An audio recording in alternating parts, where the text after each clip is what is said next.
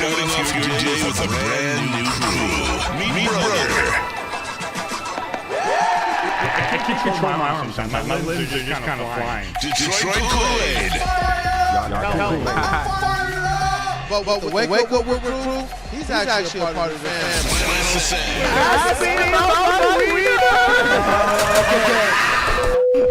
Along with JB and KG, Wake Up Woodward gets you all your Detroit sports talk. Every morning, 8 to 10 a.m. Live on Woodward Sports. A show for Detroit by Detroit with people from Detroit. Tell Siri to set an alarm. It's time to Wake Up Woodward. I don't think it matters where we play at. Doesn't matter about the conditions. We knew that coming in here. We want to know if we validated anything. Are we going to validate being able to play in the weather? It doesn't matter, man. That's just the way you're built. It's the way you're built. That's an outstanding win, man. That's 2 division wins. I am unbelievably proud of you guys. That's the way to come in and just ball. That's the way to ball, all right? I got 2 game balls. Number 1. All right, on defense, 4 tackles, 1 huge pick 6. Kirby Joseph.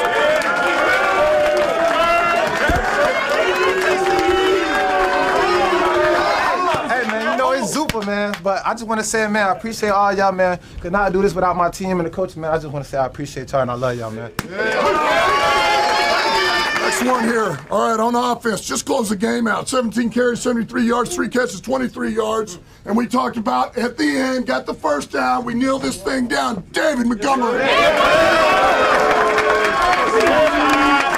I wouldn't want to do it with another group of guys, man. I'm grateful and I'm blessed to be here, man. Let's do this thing. Let's go all the way. Yes, sir. Wait, man, break it out. Get inside, man. Like I said the other day, man, as long as we going, we growing, man. Family on 3, family on me. 1, 2, 3, family.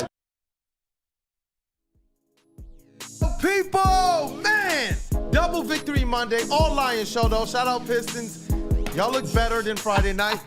Way to go, Detroit Lions. What a big victory. I'm telling you, Flannel Sam, I'm telling you. Every week, there's this narrative. New hot team, Hot Babe X is here to take you out.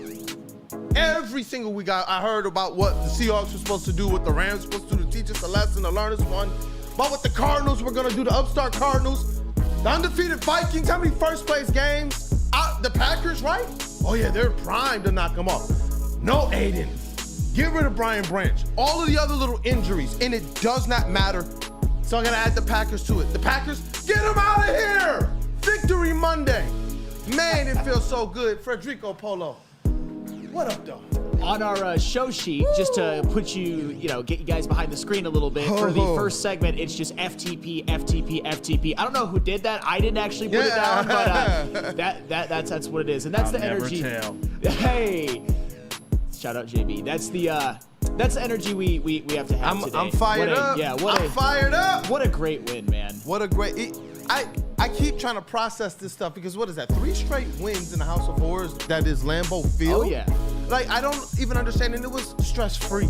It was dominating. It was in a place that I was told that Jared Goff is not on the same skill or talent level of a Jordan Love. I was told, and sometimes even believed, that Jared Goff was a quarterback that you don't want to see in outdoors, inclement weather. That's what I was told. I was like, you know what? This is not something that Jared Goff was good at. He went in there, big game, big stakes, big gonas.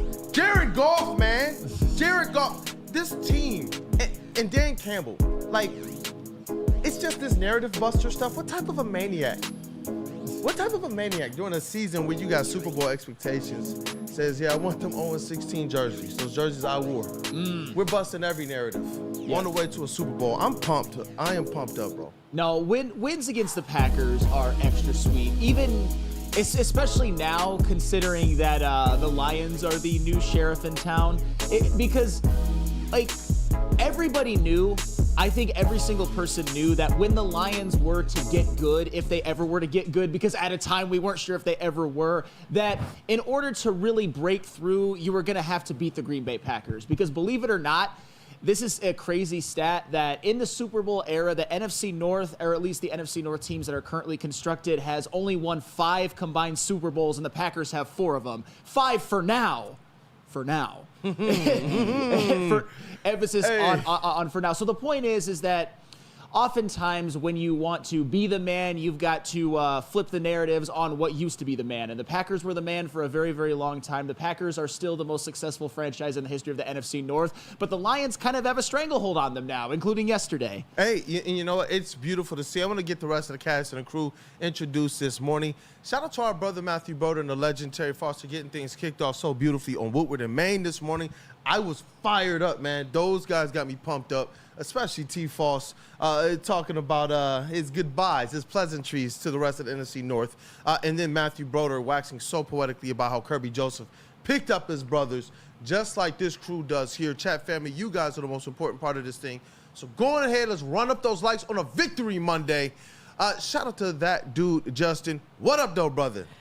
Hey, we own this division. It's clear now. No team even is in the same league as this Lions team. You can take away an All-Pro. You can take away another All-Pro. It doesn't matter. We will just come in there, and we're going to put belts to asses, and you're not going to know what hit you. This Lions team is just so different, even from last year's team. Like, they are so much more polished. Like, I believe it was T-Foss was talking that they've learned how to win. And they're supposed to be puppies, but they're not now. They are the dogs, they are the hunted, and they know how to take care of business. That's why I'm so glad that he instilled this principle last year, bro, when he said, look, you don't got to go far to look for us, whether we are the hunted or the hunters, on everybody's porch. And how polite. You know, we couldn't just knock in. We couldn't just kick your door in and just, you know what, Black Air Force energy, but we'll wait. We'll wait for you to come out here. And when you do, they're exposing people. They're not just beating them. The Packers cried. How long have this show, as long as it's existed, Flannel, we've been trying to tell people, the NFL, and more concentratedly now, we've heard each one of the NFC North Division teams cry about the Detroit Lions. Why, DJ Moore, they hit me. Why, Justin Field, Alex Anzalone. Why, the Vikings. Why, Xavier McKinney. Why, it's unfair. Why, what are you talking about? You said what would happen on the field. And you know what the Lions did? What, trick plays? You know what? We're going to line up and punch you guys in the face over and over and over again. Your first touchdown didn't come until 3:49 in the game. Whew. More on that later, because that is... I'm sorry. I was supposed to introduce everybody. No, you're else, good, man. You're good. You're fired up. Today. You're fired up. This is it's a win at Green Bay to basically... I don't want to go as far as Neil Rule did yesterday, but you have a stranglehold on this NFC North. And by virtue of that, you pretty much have a stranglehold on the number 1 seed. I understand the Eagles and the Commanders both have a couple of losses, but today's about the Lions. And right now, I'd say that they are the massive favorite to not only win the NFC North, but to get the number 1 seed, which means they would be the only NFC team with a bye, which means that they would play all of their home games besides the Super Bowl at Ford Field. Man. If I want to get you guys even more fired up. And not to be too forward, but if that happens, the NFC is fucked. Straight up. You ain't coming into Ford Field and beating this team. We are better than you at every position. You cannot take the smoke that the Lions have. Good luck. Dog. Shout out to intern Chase. I'm sorry. It's November, guys. We got to get a nickname for just Chase now, part of the team. Earned that spot with all the hard work, just like these Detroit Lions. What up, Doe? And I love the hat, too. Hey, what up, Doe? Good morning, everybody. How you guys doing today? Feels good this Victory Monday for sure. Ooh, gosh, I'm fired up. And you know what? We got to say, shout out to Detroit's number 1 draft pick, KG. Feel better soon. I know that Detroit Lions victory and seeing the Pistons win, bro, I know that feels good. Shout out KG, a.k.a. Black Hollywood. Rest up and get well, young king. And Woodward Sports MVP in the TD booth. Man, I know you're the technical director of all technical directors, but it's a Victory Monday. In the gritty titty booth, Woodward Sports MVP, JB Smooth. What up, though? Hey, it's a Victory Monday, and I'll take this from Dan Campbell himself. I don't care if you got 3 toes, 1 ass cheek, it doesn't matter. We will beat your ass. I don't care if it's on a land field. We don't care if it's on a battlefield. We don't care if it's outside in the back door. It doesn't matter. We will beat your ass. Everybody got me so fired up this morning, Frederico Polo. This is beautiful. Like T-Fall said, it's feeling like every Monday is a Victory Monday. And the only one where we were let down, we can look at it and know that was their most uncharacteristic game of the season. Yeah. Period. No, and everybody's going to lose sometime, but 7-1 after 8 games, we would have all taken that with bells on. I know that's not the correct use of that term, but you understand what I mean. 7-1 through 8 games that's about as good as you can do in the NFL. Bro, 1 loss through the first half of the season. Yeah. No losses in the second quarter. No back-to-back losses. Your defense is playing crazy. Like, I keep hearing people, oh, Terry on the little, oh, Ennis Rickshaw, oh. Bro, do you guys see what the defense is doing? I know they have things to clean up, but if those guys were bad, then go back to Thanksgiving. Those guys were bad. And you see what happened. This did not happen with Hyatt and Hutchinson. We give our guys they do and they props, and also give them their opportunities to continue to grow and improve on the things that they got to. Because this defense is playing, when you look at the results, it's insane what they're doing right now. Oh, trust me, I will be giving lots of credit to lots of players on the defense a little later on in the show. I know during these Victory Mondays, you just want to talk about everything in the first. And trust me, I do too. But coming up next, I think we can officially rename Lambeau Field at this moment after the Lions' third victory at Lambeau in a row. But first, Kool-Aid, tell us about Second Best Bar. I will, dog. Hold on, let me compose myself. It's like a Matrix. It's like the Matrix in my head, and it's just Lions stuff, just highlights and everything. All right, here we go. Want to know where the best pregame Lions party is for every single home game? How fitting that it is in the heart of downtown Detroit at Detroit's very own Second Best Bar, located at 42 Watson Street. It is the ultimate fan experience, and you get to enjoy a little bit of smooth Tullamore Dew Irish whiskey while catching the Woodward Sports pre-game show. Second Best Bar, come get some. Go Lions, man. Go Lions. Fired up. Love Woodward Sports? Love wearing clothes? Then you should be wearing Woodward Sports clothes. Check out our full line of merch at woodwardsports.com. Just click on shop. We have all your favorite designs, like Dan Campbell kneecaps, Woodward golf, and of course, our own logoed out merchandise. Men, women, infants, kids all love Woodward Sports. Impress your friends. Impress your boss. Impress your dog. Buy Woodward Sports merch today.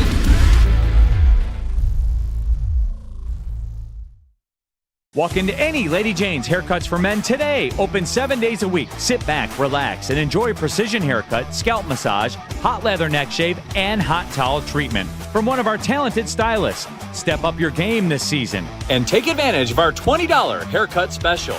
Scan the QR code and get your coupon today. Lady Jane's Haircuts for Men, the ultimate haircut experience. Open 7 days a week. Walk-ins always welcome. Lady Jane's Haircuts for Men. It's wicked awesome.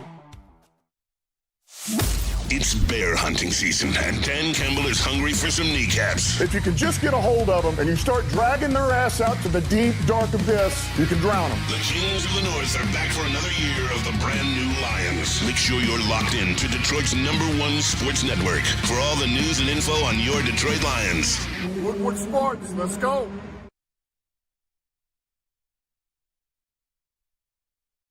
You and I pay our bills.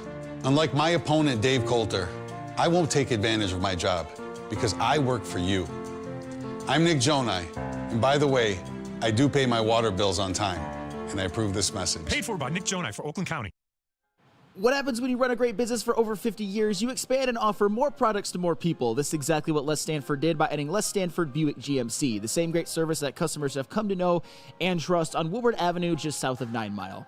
Check out Les Stanford in Dearborn today at lesstanford.com. Les Stanford Chevrolet. Together, let's drive. Victory Monday. It feels so right, man. It's like that opening scene in Coming to America. Hey, shout out to Eddie Murphy, man. Shout out to Eddie Murphy in the pool. If you've seen the movie, you'll understand. That's what this Victory Monday feels like for me today, man. It feels so great. It's your boy, Detroit Kool-Aid. Flannel Sam, today Frederico Polo on a Victory Monday, double Victory Monday, man. And we got the crew in the building. Shout out to KG, get better soon. And you know what, Flannel, you teased something up before we went to break.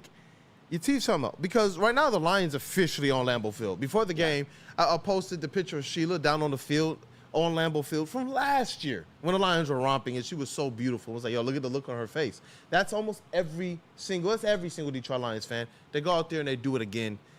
And you had a question for us. The question that I have, and I want to pose it to the chat, and I want you guys to drop your names What can we? Hey, Beautiful. as the screen is playing the end to the Lions Packers game, I will never get tired of looking at that. What should we rename Lambeau Field? Because this was the Lions' third victory in a row at Lambeau. My personal choice, I'm going to go with Brad Holmes Field, personally. But you guys, everybody put it in the chat right now. Because right now, what the Lions are doing, they're not just winning at Lambeau Field. They're making a mockery of it. There was once a time where Lambeau Field was a house of horrors for the Detroit Lions. Did you know that from 1992 to 2014, the Packers won 24 consecutive matchups with the Lions at Lambeau Field, and now, not that long. Flannel. Yes, I do. yes, As a kid, yes. there were some nights I literally Yes. went to bed crying like FTP. Well, and the reason I bring that up, not to rehash old things, is to show how quickly things have shifted. Now Lambeau Field is just like, of course we're going to go in and win. Of course Lions fans are going to make up about a fourth of the stadium. And once Packers fans started leaving, it seemed like it was almost the whole stadium. It was basically just another outdoor version of Ford Field. So it's just, and that's the thing. When you win, when you've been through so many hard times like the Lions franchise has, like what many franchises have gone through who have been through hard times, you gotta slay the dragon. Lambeau Field has to be that hill that you have to climb, and the Lions have climbed it 3 years in a row. I mean, to be honest, these good times, and I know whether they won at Green Bay or not in 2022, it was still going to be a successful season for what their expectations were. But that's really what started it off. That's really what kicked off the offseason, in which going into 2023, the Lions were picked to win the division, and now they just pretty much run everything.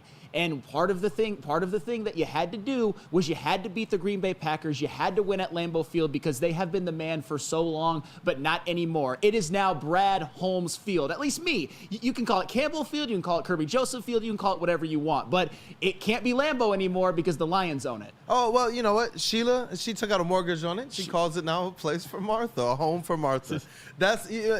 I absolutely love how last season they set the tone for how this was going to go, so that nobody was going to be confused when your stadium was overrun again by Detroit Lions fans. Nobody was going to be confused when you see Detroit Lions fans doing the Lambeau Leap and celebrating. Nobody was going to be confused when you see Brad Holmes and co walking around the field like, yes, this is our home, this is our party. Bro, they came to party. Lions fans knew. It's a celebration after the game. Lions fans knew. Buy all the tickets at the end zone. They knew it. They knew it. The Lambeau Leap is not for you, Packer fans, when the Detroit Lions come to town anymore. That is not a Lions Leap. The Lion Leap, like, you know what? Make the logo mask. Whatever we do at Lambeau Field, make it mask doing the Lions Leap. That's what, whatever it is, that's what I want it to be. Please let that happen. That absolutely has to happen. And that, Shut up, man. And that's another thing. The whole Lambeau Leap thing, when the Packers finally scored their first touchdown of the game, at that point, it's just silly to even try a Lambeau Leap because it's not like absolutely 100% garbage time, but it might as well have been because they scored that last touchdown and never got the ball back. More on that later. Yeah. But Tim Pinnell, real quick, he Tim says Pinnell. Sheila's she shed. Why not? That's what it is at this point. Because the Green Bay Packers, they have to change the name. They just do at this point. They just Man, what do. have you started in here, bro? The chats are going wild, dog. Our chat family is insane, man. Xavier D, Cheese Grater Field, Mike G, Lambeau Field is our crib now. I like Lambeau. Yeah, I like that one Shout out too. to Mike G. I like Branches Double Birds. What else do you see in there?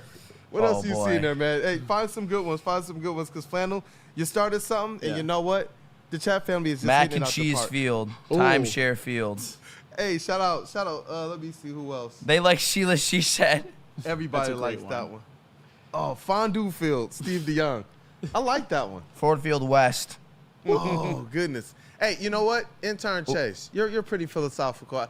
Do you need a little bit more time, or do you kind of have a name for a new Ford Field Light out there in Lambeau?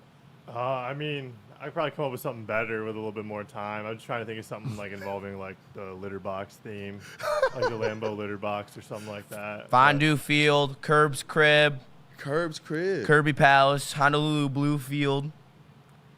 Goodness gracious. And I love that you use that phrase, House of Horrors, because that's something I've been calling it for a long time. Like, it has been a legitimate House of Horrors. we can recount and recant so many different things, recount so many different memories, like backup quarterbacks. Like even though Stafford went out there and put up like 500 yards. Like it's just amazing to see. That's what I'm saying. Like, and that's what I'm saying. I don't know if some of the Lions fans of today even understand the level of House of Horrors. So the way you laid it out, it shows just some. But you remember watching some of those games and being absolutely heartbroken because it wasn't just losing. It was just something, just wizardry or sorcery working against the Detroit Lions every single time they went to Lambeau. And it was legitimately the frozen tundra. Everything about the elements mattered then. Yesterday was one of those times when I keep saying, yo, guys, listen to me when I say this. The Detroit Lions are narrative busters. This team underneath Dan Campbell, that's why I get so geeked and so, you know, to use a lack of a better word, tickled. Shout out to my granddad, rest in peace. That's why I get so tickled when I think about the black jerseys and what they mean. Remember how many fans were like, why are we bringing that mojo back into here? Because Dan Campbell doesn't care about any narratives. He is the mojo. How can there be a mojo more mojo than Dan Campbell? So there is no curse that can hold this team down. People keep trying to talk about, oh, it's what the Manning brothers did. No. For what the Lions are doing to take over Lambeau Field, Dan Campbell, Brad Holmes, and Cole, they are definitely staking their claim to Ford Field. Well, that's the thing. You talked about wearing the black jerseys, which was synonymous with not good Lions football up until that game against. And that's being nice. up until that Monday night game against the Seattle Seahawks, of course. But it's just proof again of how quickly things can change. I mean, even further on the Lambeau Field thing. I mean, the Packers won in 2019, 2020, and 2021 at Lambeau Field and were the absolute undisputed kings of the division. And Aaron Rodgers won a couple MVPs during that period. But it just shifted damn near immediately, and now it's at the point where there's no fear going into Lambeau Field. In fact, you think you're going to win. Not only 3 consecutive wins at Lambeau Field, 2 consecutive wins by double digits. This is the NFL. That's why I predicted a 3-point win. Maybe I should start picking 40-17 like everybody does in the chat more often, because I'm not saying it's always gonna be like that, but you could see it was like that. They had complete control of this game. Complete control of the game. In every single phase. And I know we're going to get more, micro as it relates to the different phases of the game, including make sure that Kirby Joseph gets his flowers, because it seems like we were wondering, are these players going to be able to step into a straight up elite phase? Even you were saying, are we going to see Hayden Hutchinson take that leap? And before the unfortunate injury, he took that leap. And then he went down and we said, oh man, there's our elite defensive player. Then the safety stepped up. Then the linebackers started stepping up. Then the safety said, no, we're not just stepping up. We are elite. Then they throw Brian Branch out and Kirby. I'm literally elite. I keep talking about it. I wonder if these guys are vulturing each other's interceptions. And I hope that the voters do the right thing. I don't know where Xavier McKinney was on the field yesterday. I know where Brian Branch was before they unceremoniously tossed him. And I know where Kirby Joseph was on that field.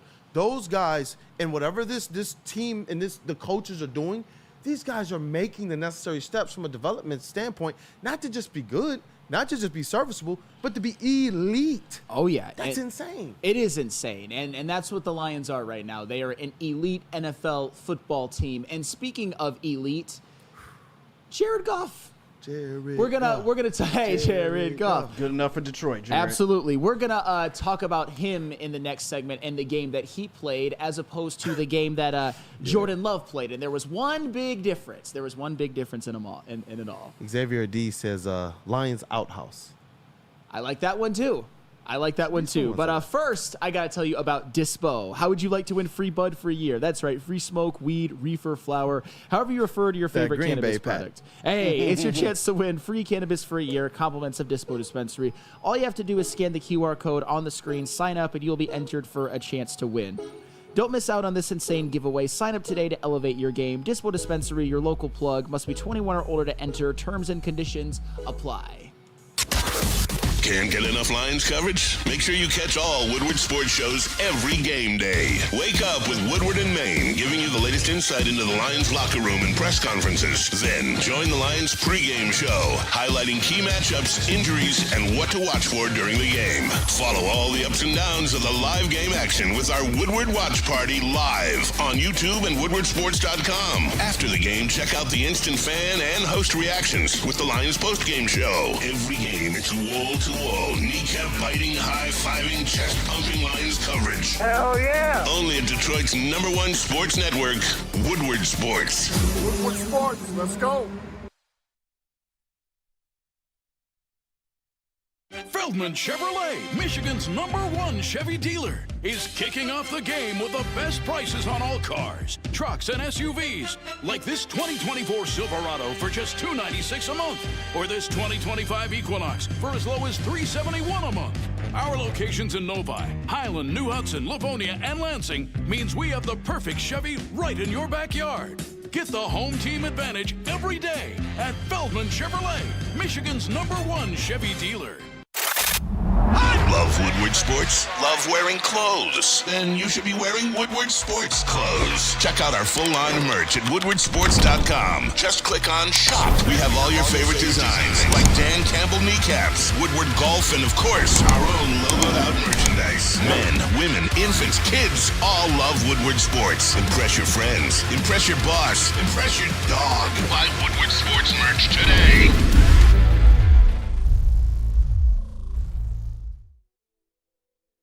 I got to tell you guys about that Tangerine Space Machine, the new easy drinking IPA that is out of this world. I actually had a couple of these on the desk yesterday when we were doing the watch party with my man Spencer Raxter as well. Shout out to Hayes Social and Stick as well for hooking that up. It's smooth and juicy with refreshing crushability. Take your taste buds to the moon. It's the Tangerine Space Machine. They know about this in outer space. This is the official beer of outer space. They know about this on the moon, and I'm telling you, they wouldn't do you wrong. Brewed by New Holland Brewing Company, straight out of Holland, Michigan, so you can support locally as well. Go and grab yourself a case today. Absolutely. And then before you do that, get your pregame workout in at Planet Fitness. It's fitness that fits your budget. No matter where you are, there's a Planet Fitness close by. There are more than 50 in Metro Detroit and thousands more throughout the world. At Planet Fitness, you'll experience a squeaky clean gym that has tons of equipment, friendly, knowledgeable staff, and a totally judgment-free atmosphere. Did you know that all Planet Fitness memberships include fitness training for no extra cost? Want all the perks? Upgrade to the PF Black Card and enjoy use of amenities such as unlimited use of the Black Card Spa featuring hydro massage, massage chairs, and total body enhancement and more, along with access to over 2,500 locations worldwide and unlimited guest privileges. For more information or to join today, visit your local Planet Fitness or planetfitness.com. What up, though, people? Welcome back to Wake Up Woodward. It is a double victory Monday show. Shout out to the Pistons for a really well-balanced victory. They looked the way that a lot of us thought they could. Sure. And the Detroit Lions, they go into Lambeau and they repeat last year. It just was pure dominance, man. Pure dominance in every single phase of the game. And somebody that we said, you know what, when this guy, to me, I get it. There's a lot of different metrics that we utilize to try and say why a quarterback is elite or not. And I believe that sometimes that puts Jared Goff just on the outside of the quarterbacks that have the mobility, that have the big arm, that can hit certain arm slots and such. But I just believe that Jared Goff, up to this point, as you continue to develop, he has a team that has a clear, concise path for him. And one of those things that are, in my opinion, vastly underrated with Jared Goff is his football IQ and his leadership. Beyond that, his ability to manage in situations, not just the aspect of what people think is game manager. I mean, every situation he's managing almost perfectly, perfect halves of football, perfect game. Hey, we need your jersey in the Hall of Fame, stat. Like, that's what we're seeing out of Jared Goff. And it gets to the point where when you see some of these other great QBs, you want to see Jared Goff win a Super Bowl, but I understand why Dan Campbell brought up the great Drew Brees in comparison to Jared Goff. Some things just transcend what you normally would see as it relates to the things that you judge elite quarterbacks by. And Brad Holmes has often taken that same approach with guys like Brian Branch and his approach to the draft. So it was good to see that they knew it, they saw it, they had a plan, and look at Jared Goff now.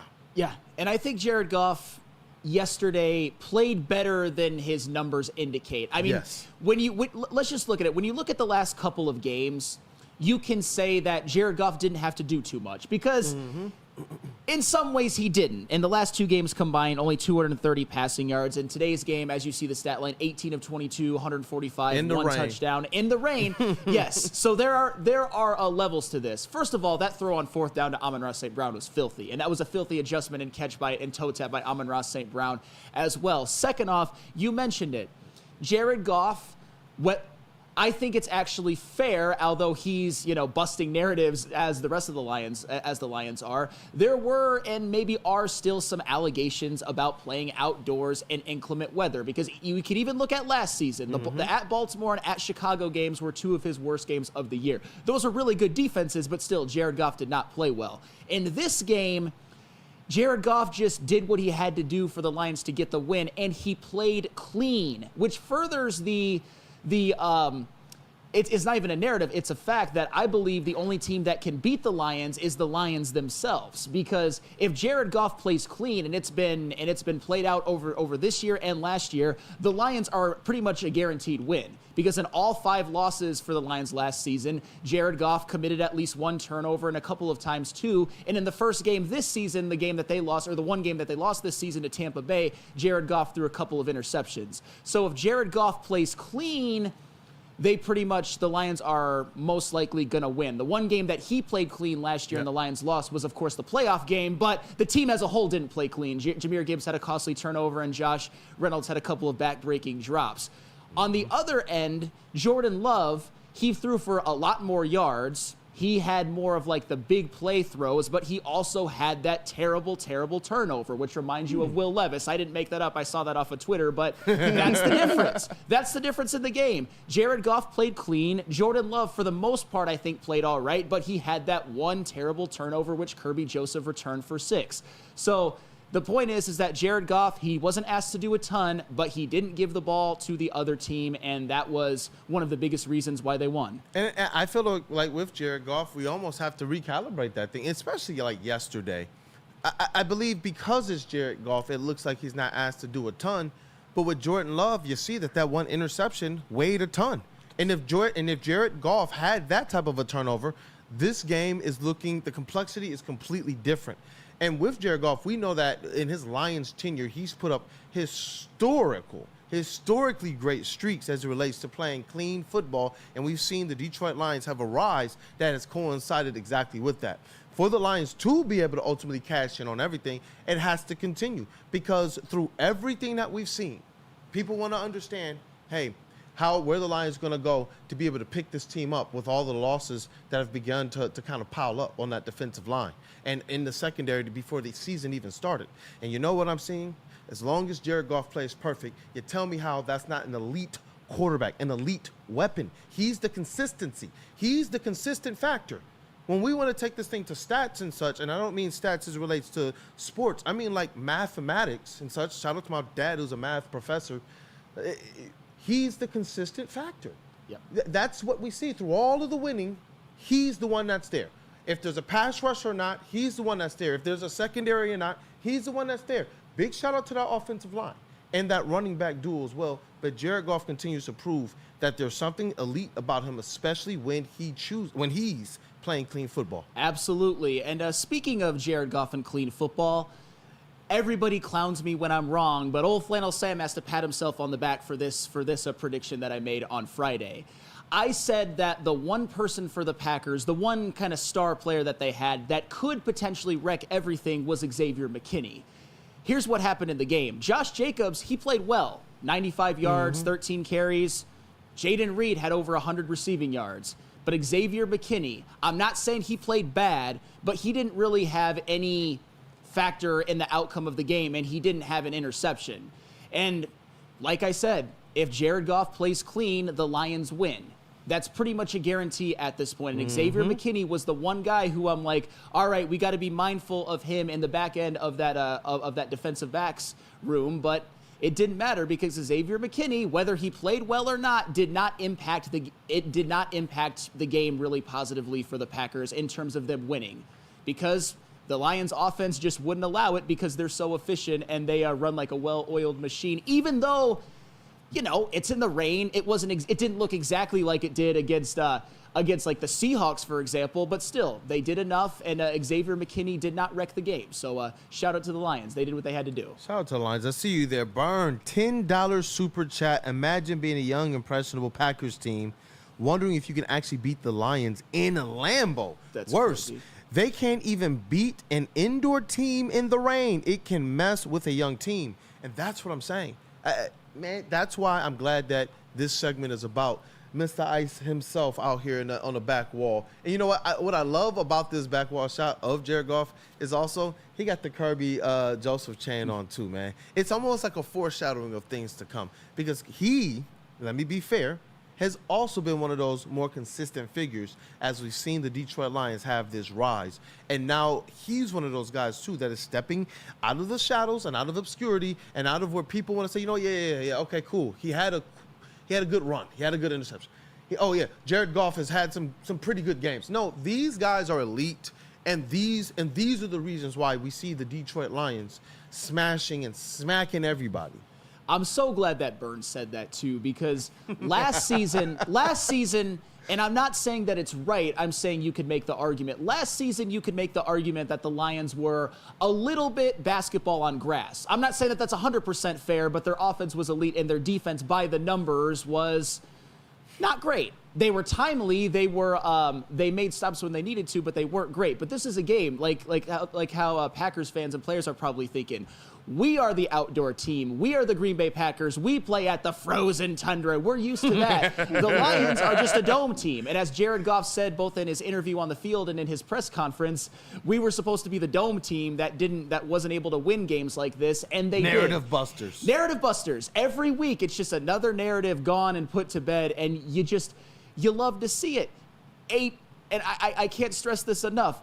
A 10-point win at Lambeau Field, a second consecutive double-digit win at Lambeau Field. That's amazing, and that's why we're all so happy today. That's why the vibes are so high, both in the chat, both on the post-game show, the watch party, and this room right here, is because this is the type of stuff that good teams do. You win in a variety of different ways, despite having all kinds of injuries on the defensive side of the football, and more on that later. It didn't matter because they won by 10.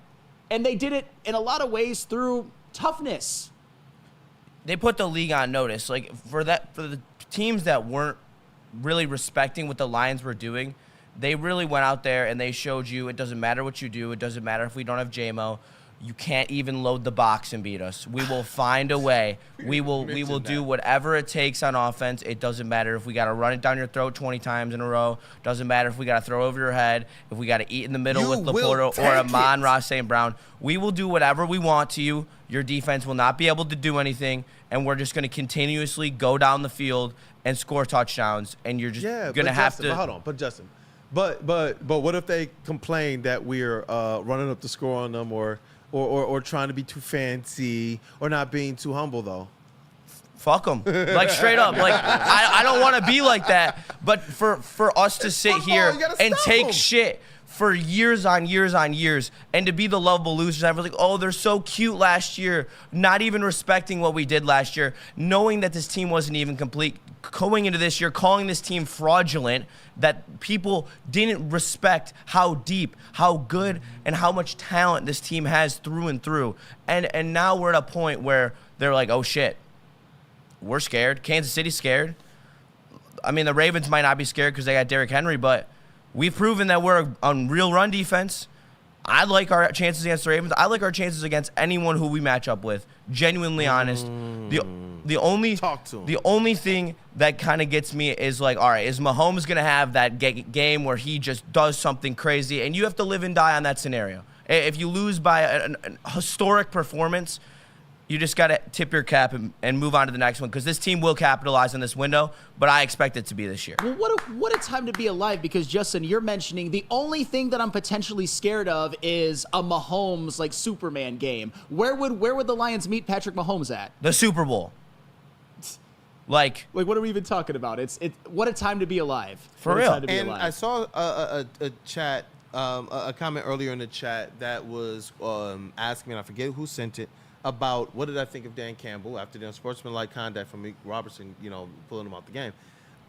I think that when you see things like that, especially with like a Meek Robertson, who I believe he's tough, he's a dog, you're setting a tone and a precedence when it's with your vet that you're doing this with. That to me shows that this team, its focus is not on anybody else's narrative. It's not on any of the outside noise. It's not on how other people say, oh, you guys are doing this and doing that. We don't care what you guys think. It's about what Dan Campbell is saying. And that's what makes me very, very comfortable about whoever, if they get to the Super Bowl. That's what makes me comfortable. This team looks focused. They look very, very focused. They look very well coached. They're looking, I want to say, disciplined to a degree. There's obviously going to be some things to clean up. But as it relates to some of the Lions teams we saw past versus some of the good teams that we knew we faced, this is one of those squads, man. Yeah, and I think overall the Lions have showed discipline where other teams who they face sometimes have not. Have imploded. I mean, let's just look at the first touchdown drive of the game for the Detroit Lions. The Packers jumped off sides on 4th and goal from the 5. And I get it. It may not seem like that big of a difference, but still, that's just one of those things where 4th and goal from the 5 looks a lot different than 4th and goal from the 2.5. And of course, we all know what happened there. Jared Goff with that beautiful throw to Amon-Ra St. Brown for the touchdown. So yeah, discipline. There's going to be some slip-ups, of course, but I think discipline and this is without a shadow of a doubt as well of a coach football team as there is in the NFL right now. You love to see it because there have been so many times in the past where the Lions are obviously not a This is a fantastic coaching staff, and it's only getting better. More on one of those guys later. Yeah, I know we're going to talk about because I just put it down as Lions coaching clinic. I know we're going to probably talk about specific, but I was like, man, we got a lot of show because we could wax poetically about these guys because how many years, Flannel, did we have the defensive coordinator right, but not the head coach or the offensive coordinator? Or the O coordinator and not the other two. Or we got the head coach in the DC, but not the OC. We got everything working just right now, and I'm hoping that the Detroit Lions sell out this season to get a Super Bowl. I really do, man. Hey, I really do. Speaking of everything's right, there's a certain defensive back that continues to haunt the dreams and nightmares of the Green Bay Packers, and we're going to talk about him when we get back. His Godsons is it's almost rivaling yours. It's you know what? In size. I think Kirby Joseph actually has more than me. But Kool-Aid, thank you for comparing my level of a sons to Kirby Joseph. It's an honor, but it's also a bit of an insult to Kirby. But that's why I love you, man. But when we talk about and here. We just gave away who we're talking about. We all knew. But speaking of things that we all should know, you should know that on Lions Game Day to tune into Woodward and Maine. And right before our show, you definitely, if you tuned into Woodward and Maine today, you were in for a treat because Matt Broder and Terry Foster are a hell of a duo and are doing a great job. You've got a legend in Terry Foster, a rising star in Matt Broder. Every Sunday, 8 to 9 a.m. and every day after games before Wake Up Woodward and Maine brings you as good of Lions coverage as you will find in the entire nation. And speaking of which, you got to go to the pregame show as well. These two good and trustworthy guys there, Sean Baligian and Neil Rule, they bring you the best Lions coverage. Whoa. Hey, thank you. Somebody had to do it. Hey, that was all of us when Kirby Joseph had that pick 6. Whoa. You'd be lying. Hey, no shame in that. It's the New Holland Brewing Company pregame show. My wife was jealous. So was mine. Every game day, Neil Rule and Sean Baligian bring you the best Lions pregame show, Sunday 10 a.m. to noon on Woodward Sports, live at Second Best Bar in Detroit. The latest injury reports, fantasy sit and starts, and the inside scoop on your Detroit Lions. Join us for every Sunday home games live at Second Best Bar in Detroit, your official guide to Lions Game Day on Detroit's #1 sports network, Woodward Sports, brought to you by Tangerine Space Machine, Tala Your Local Long Drink, Sabbath Coffee, Tullamore Dew Irish Whiskey, and Les Stanford Chevrolet. How do people feel about getting a Planet Fitness membership for $15 a month? How do they like working out in a clean and spacious gym that's filled with equipment for every workout? And how about free fitness training in the judgment-free zone that leaves them feeling energized all day long? Join Planet Fitness today with the free PF app, online or in club, and start getting that big fitness energy for $15 a month. The most talked about Detroit media by other Detroit media. And we love it. It's the Woodward Sports Network. You and I pay our bills. Unlike my opponent, Dave Coulter, I won't take advantage of my job because I work for you. I'm Nick Jonai, and by the way, I do pay my water bills on time, and I approve this message. Paid for by Nick Jonai for Oakland County. Love Woodward Sports? Love wearing clothes? Then you should be wearing Woodward Sports clothes. Check out our full line of merch at woodwardsports.com. Just click on Shop. We have all your favorite designs, like Dan Campbell kneecaps, Woodward Golf, and of course, our own logoed out merchandise. Men, women, infants, kids all love Woodward Sports. Impress your friends. Impress your boss. Impress your dog. Buy Woodward Sports merch today.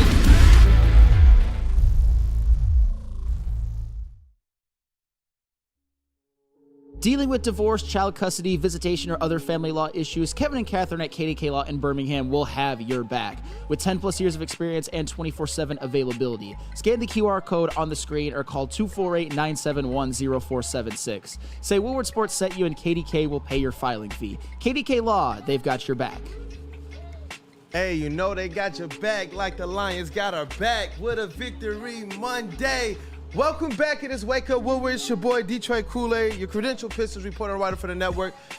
Flannel Sam normally, but on today is Federico Paulo because we are celebrating Victory Monday. Lions won, Pistons won, Wings won, huh? They did. They did. It was a great weekend overall. We will omit Friday. Pistons. But you know what? We got to get back into this Detroit Lions game and everything that made it great because on Mondays, it is about celebrating the victories. You only get so many of these, and we know how it feels all summer, all spring, waiting for Lions football to be back just for us to see those 17 games and have an opportunity to celebrate each and every one of those. Kirby Joseph was a contributor who made it that much more a reality. When we were watching the game, we knew Curbs wants us to have this today. And he went back to Lambeau, and he did more Kirby Joseph things. And every time that there has never been a truer picture. There's never been a truer picture in the history of Lions football at this point as Kirby Joseph holding his sons Aaron Rodgers and Jordan Love. And before I get into it, every time Kirby Joseph makes a big play like this, an interception, you got to keep shouting out our cohort at Woodward Sports from the Woodward Heavyweights, Spencer Raxter, because he called for Kirby Joseph to lead the NFL in interceptions, and my dumb self was like, that's a little aggressive. He might have got me there. Happy to be wrong, happy for him to be right, because he's currently tied for first with Xavier McKinney with 6. Nice that he tied Xavier McKinney when they were on the same field, and Xavier McKinney didn't have a pick himself. But anywho, one of the reasons why you can we were talking about names for Lambeau Field before, what you can rename it. There were a lot of really good ones. Sheila's She Shed was probably my favorite. Yeah. I say Brad Holmes Field. But if you want to call it Kirby Joseph Field or Kirby Field, you are well within your right, because Kirby Joseph has now played 2 games at Lambeau Field. He missed last year and had impactful interceptions in both of the games. You can argue that in both of the individual games, Kirby Joseph made the biggest play. I think yesterday it's inarguable that Kirby Joseph's pick 6 was without a doubt the biggest play of the game. And it's just another footnote. It's another narrative buster. And I know we've talked about it before, but say what you want about Aaron Rodgers. He is Green Bay Packer royalty. He's a legend. He's a first ballot Hall of Famer. He won 4 MVPs with the Packers and a Super Bowl MVP. And the last pass he ever threw in a Packer uniform was an interception to Kirby Joseph. We all know it. We've all talked about it, but that is unbelievable. That's a footnote. What a parting gift from the NFC That's a North. great parting gift, and it's a footnote in NFL history in a lot of ways. And then, of course, we all know what Kirby Joseph did yesterday. When we saw what the throw was, which obviously was a terrible throw, it looked like Jordan Love was trying to hit Josh Jacobs, and when at the time, I didn't know who it was, came down with an interception. I figured it was either maybe a D lineman or a linebacker or somebody like that. It was Kirby freaking Joseph. How often has Kirby Joseph played center field and gotten those interceptions? But right there, that's just another example of his evolution as a safety. He read that that's where Jordan Love wanted to go with the ball. That's the only place he could go with the ball because he was being pressured by, I believe, Alex Anzalone, and he was right there to pick off the bad pass and return it for a touchdown, which Kirby Joseph, despite having now 14 interceptions in 2+ seasons as a Lion, which is unbelievable. Woo! That was Kirby Joseph's first pick 6 of his entire career, and it couldn't come at a better time. Kirby Joseph owns Lambeau Field. First about how fitting his first pick 6 against Lambeau. And you know what I love about it? How do you get an interception on a blitz? The only other Lion like I've seen do that in recent history was freaking Aiden Hutchinson. And that's what I'm saying. It's like, Kirby Joseph, when you talk about what these guys are doing, like he and Brian Branch, what was one of the things you guys have heard me say over the last couple of years? They're manipulating quarterbacks with their speed, their ability to really have quarterbacks under a certain duress as they're taking certain steps forward. And then what do you see him do? He took a couple hard steps towards Love, and then instantly, boom, nope, I got you. Like the majority of their interceptions have looked exactly like that. Brian Branch in end zone, he took 2 hard steps towards a quarterback, but almost like it was like when you know you're going to stop and the other person slams into the wall, but you're safe. It's almost like they're doing that to the quarterbacks. And Kirby Joseph, whether it's a read and react and he's just that great, or whether it's manipulating a quarterback or a mix of the two, they're finding great success, elite success at this, especially when paired with Aaron Glenn, who deserves a ton of credit. This defense has been the most consistent part about this team, in terms of defense, special teams, or offense.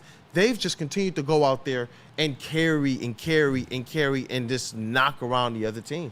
And Kirby Joseph, to add another thing to his spectacular season, his spectacular game, and his spectacular run at Lambeau Field, it's not just that I keep saying this, the impact of these interceptions is, I've said this before and I'll say it again. He had 4 in the end zone, which means he basically took away 28 points for the other team. And then yesterday he had a pick 6, which gave the Lions directly 7 points, gave them a double-digit halftime lead, gave them an opportunity to take a double-digit halftime lead, and then to score first out of halftime to give them a 21-point lead. And then, of course, the other one against Tennessee set the Lions up with a very short field for a touchdown. So Kirby Joseph, he giveth points to the Lions, and he taketh away points from opposing teams.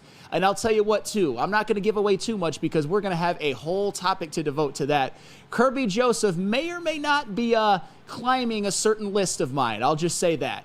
I'll just say that. We're gonna have to update that list. And after Monday Night Football, we're gonna have to do our walk after the show tomorrow, and I'm gonna have to get your update on the top 5 Defensive Player of the Year award. Hey, Joseph is in the top 5. I will say no more. Okay. I will say no more because we can't give away everything on a Monday. But what we can do on a Monday is wax poetic about Kirby Joseph and how he has real estate in Lambeau Field. If you want to call it Kirby Joseph Field right now, you are well within your right. And he's made that kind of an impact at Lambeau Field despite missing last year's game. I mean, big-time players make big plays. Yeah, and that's the thing. It's like you're hearing the league complain and cry. That's what's awesome. You've heard the Rams and Matthew Stafford. You're hearing other teams, other players, and Kirby Joseph is not getting flagged or fined for any of it. He's just getting picks, man. That's it. You guys continue to cry and continue to complain, and honestly, for a squad that was already super focused, you're just further shooting yourselves in the foot. I love that the Lions don't need the other team to be off. They can just go out there and pop the other team in the mouth. I love that it's about what the Lions are going to do to take care of their own business, and that's making other teams piss all down their own legs. All these teams talk big before the game, and then the Lions go into your trap, take over your trap. That's how it's been consistently. And that's why I'm just like, whoa, what are you doing, Amon-Ra? You're wearing a Green Bay Suck shirt before the game? Well, Amon-Ra's like, what are you doing, Kool-Aid? Frick you mean? What are you talking about? Because you already know you're going to feel on Monday morning. Let me wear my shirt because you already know what's about to go down. That's the energy that these guys are on. They know. They know. That's why the other teams are complaining and crying. You have grown NFL men, meat and potatoes, bro, crying. It's beautiful. It's beautiful. And then Beautiful. I love this. And Dan Campbell's classless.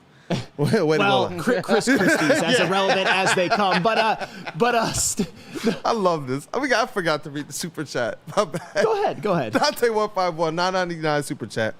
Just a reminder for people, Kirby Joseph was a 4th-round pick in 2022. To this day, I still don't know how he fell that far in that draft. 32 teams screwed up on getting him before the Lions. Yes, I don't want to be Mr. Granular, man, but let me just shout out to Neil Rule for that word. He was a 3rd-round pick. I don't want to be like Sans fact check or anything like that, but just 3rd round, 97th overall pick. That's what I thought it was, but you know what? Close enough. The point is that he is becoming another one of the Brad Holmes steals and heists of the draft. And now we're talking about Kirby Joseph as somebody who's probably going to become one of the highest paid safeties. It's amazing how Brad Holmes and the coaching staff have drafted and developed, and the players are rewarded in kind. And Kirby Joseph, he's next. I mean, Hutchinson's next, obviously, but right after him, it's going to be Kirby Joseph.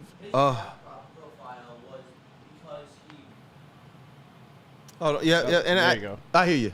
His draft profile was because he was a little on the less athletic side. It was for very similar reasons, honestly, to Brian Branch, just on the other side of the safety spot.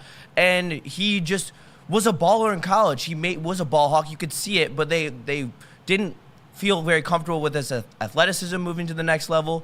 But he has proved that athleticism doesn't matter if you're just a true baller. And that's what Kirby Joseph is, and he just makes plays. It's not an accident that in his senior season at Illinois, he had 5 interceptions. And ever since he's come onto the Lions, every single year, in his rookie year, second year, and now this year, has led the team in interceptions, is now about to lead the league in interceptions if he keeps up at this pace. That's not an accident. He's a ball hawk. And I think yesterday was as good of an example as any. I don't know if I've ever seen Kirby Joseph get an interception quite like that, where he, at that point, read the screen and or I don't even know if it was a screen, but read that was the only place Jordan Love had to go with the football, and then just snatch it away and return it for 6. The dude is special, and as I said before the season, I've always known that Kirby Joseph is an elite ball hawk. The numbers play that out if you even want to go back to his last year in college, which I already mentioned. But right now, he is an elite safety. He is an elite defensive player. He is in the conversation for Defensive Player of the Year. If the season ended today, he would be first-team All-Pro. I don't even know if Spencer Raxter anticipated that, but he has earned it. When we talk about the players who have shined the brightest with the Lions, he might be number 1, honestly. And I don't think that's a hot take. I'm just letting it just simmer because I love beautiful. it. I love it. You know what I mean? Like, hey, shout out to Second Best Bar. And like when the food is going, it's hitting the grill and it's smelling right. And sometimes the conversation just breaks and everybody's like, oh, that just smells amazing. That's what this is right now, man. Thank you for that, man. That was so eloquently done. It was great, Federico Polo. I appreciate that, but we got to talk about this defense as a whole. Aaron Glenn, salute. But first, Lady Jane's. Hey, walk into any Lady Jane's Haircuts for Men today. Open 7 days a week. Sit back, relax, and enjoy a $20 haircut special, a scalp massage, a hot lather neck shave. Hey, put on throwing a leather Victory Monday as well, man. Let's rock, man. It's a Victory Monday. Have it however way you want to have it, man. But you can do it all for a discount too. You can get the $20 special if you just scan that QR code. It's somewhere on the screen. You'll find it probably before I do, and once you do, you'll get that coupon today. Lady Jane's Haircuts for Men, open 7 days a week. Walk-ins are always welcome. It's wicked awesome. The most talked about Detroit media by other Detroit media, and we love it. It's the Woodward Sports Network. Stop searching for a vehicle and start finding one. Les Stanford Chevrolet Cadillac makes it easy. We harness the power of multiple dealerships and own the biggest selection of GM brands in the area to get you the car you need. With the Les Stanford Group, you'll have access to 4 different dealerships, providing you with more makes, more models, and more choices. We're connected to more than 1,000 vehicles. And with so many high-quality CPO vehicles available, you'll find new car quality at pre-owned prices. You can start and end your search at lesstanford.com today. Can't get enough Lions coverage? Make sure you catch all Woodward sports shows every game day. Wake up with Woodward and Maine, giving you the latest insight into the Lions locker room and press conferences. Then join the Lions pregame show, highlighting key matchups, injuries, and what to watch for during the game. Follow all the ups and downs of the live game action with our Woodward Watch Party live on YouTube and woodwardsports.com. After the game, check out the instant fan and host reactions with the Lions postgame show. Every game, it's wall-to-wall, kneecap-biting, high-fiving, chest-pumping Lions coverage. Hell yeah! Only at Detroit's #1 sports network, Woodward Sports. Woodward Sports, let's go.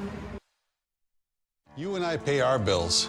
Unlike my opponent, Dave Coulter, I won't take advantage of my job because I work for you. I'm Nick Jonai, and by the way, I do pay my water bills on time, and I approve this message. Paid for by Nick Jonai for Oakland County. Fuel your Lions fandom with the perfect cup and become a subscriber of Sabbath Coffee Roasters. Whether you're gearing up for a big game or savoring a quiet morning, Sabbath Coffee Roasters has you covered with fresh, locally roasted specialty coffee delivered right to your door. Head to www.sabbathcoffeeroasters.com and choose your favorite roast. And make sure you guys are using that code Woodward to get 25% off your first subscription order. Awake and unwind, support local, and enjoy game day right with Sabbath Coffee Roasters. Man. And you know what? Not that I even need the extra energy because it is a victory Monday. Shout out to the Detroit Lions, Detroit Pistons, and the Detroit Red Wings. Man, shout out to the squads all getting those dubs. But Sabbath Coffee Roasters, if you need a little bit more, if you just want to go even higher, is a great start. And, you know, we got to talk about this defense. You want to talk about a great start? This defense has been elite the entire season. People have said what they want more or better or cleaned up out of individual players. But when you just look at the product, when you look at the other side of the equal sign, when you press and enter, all I see is elite.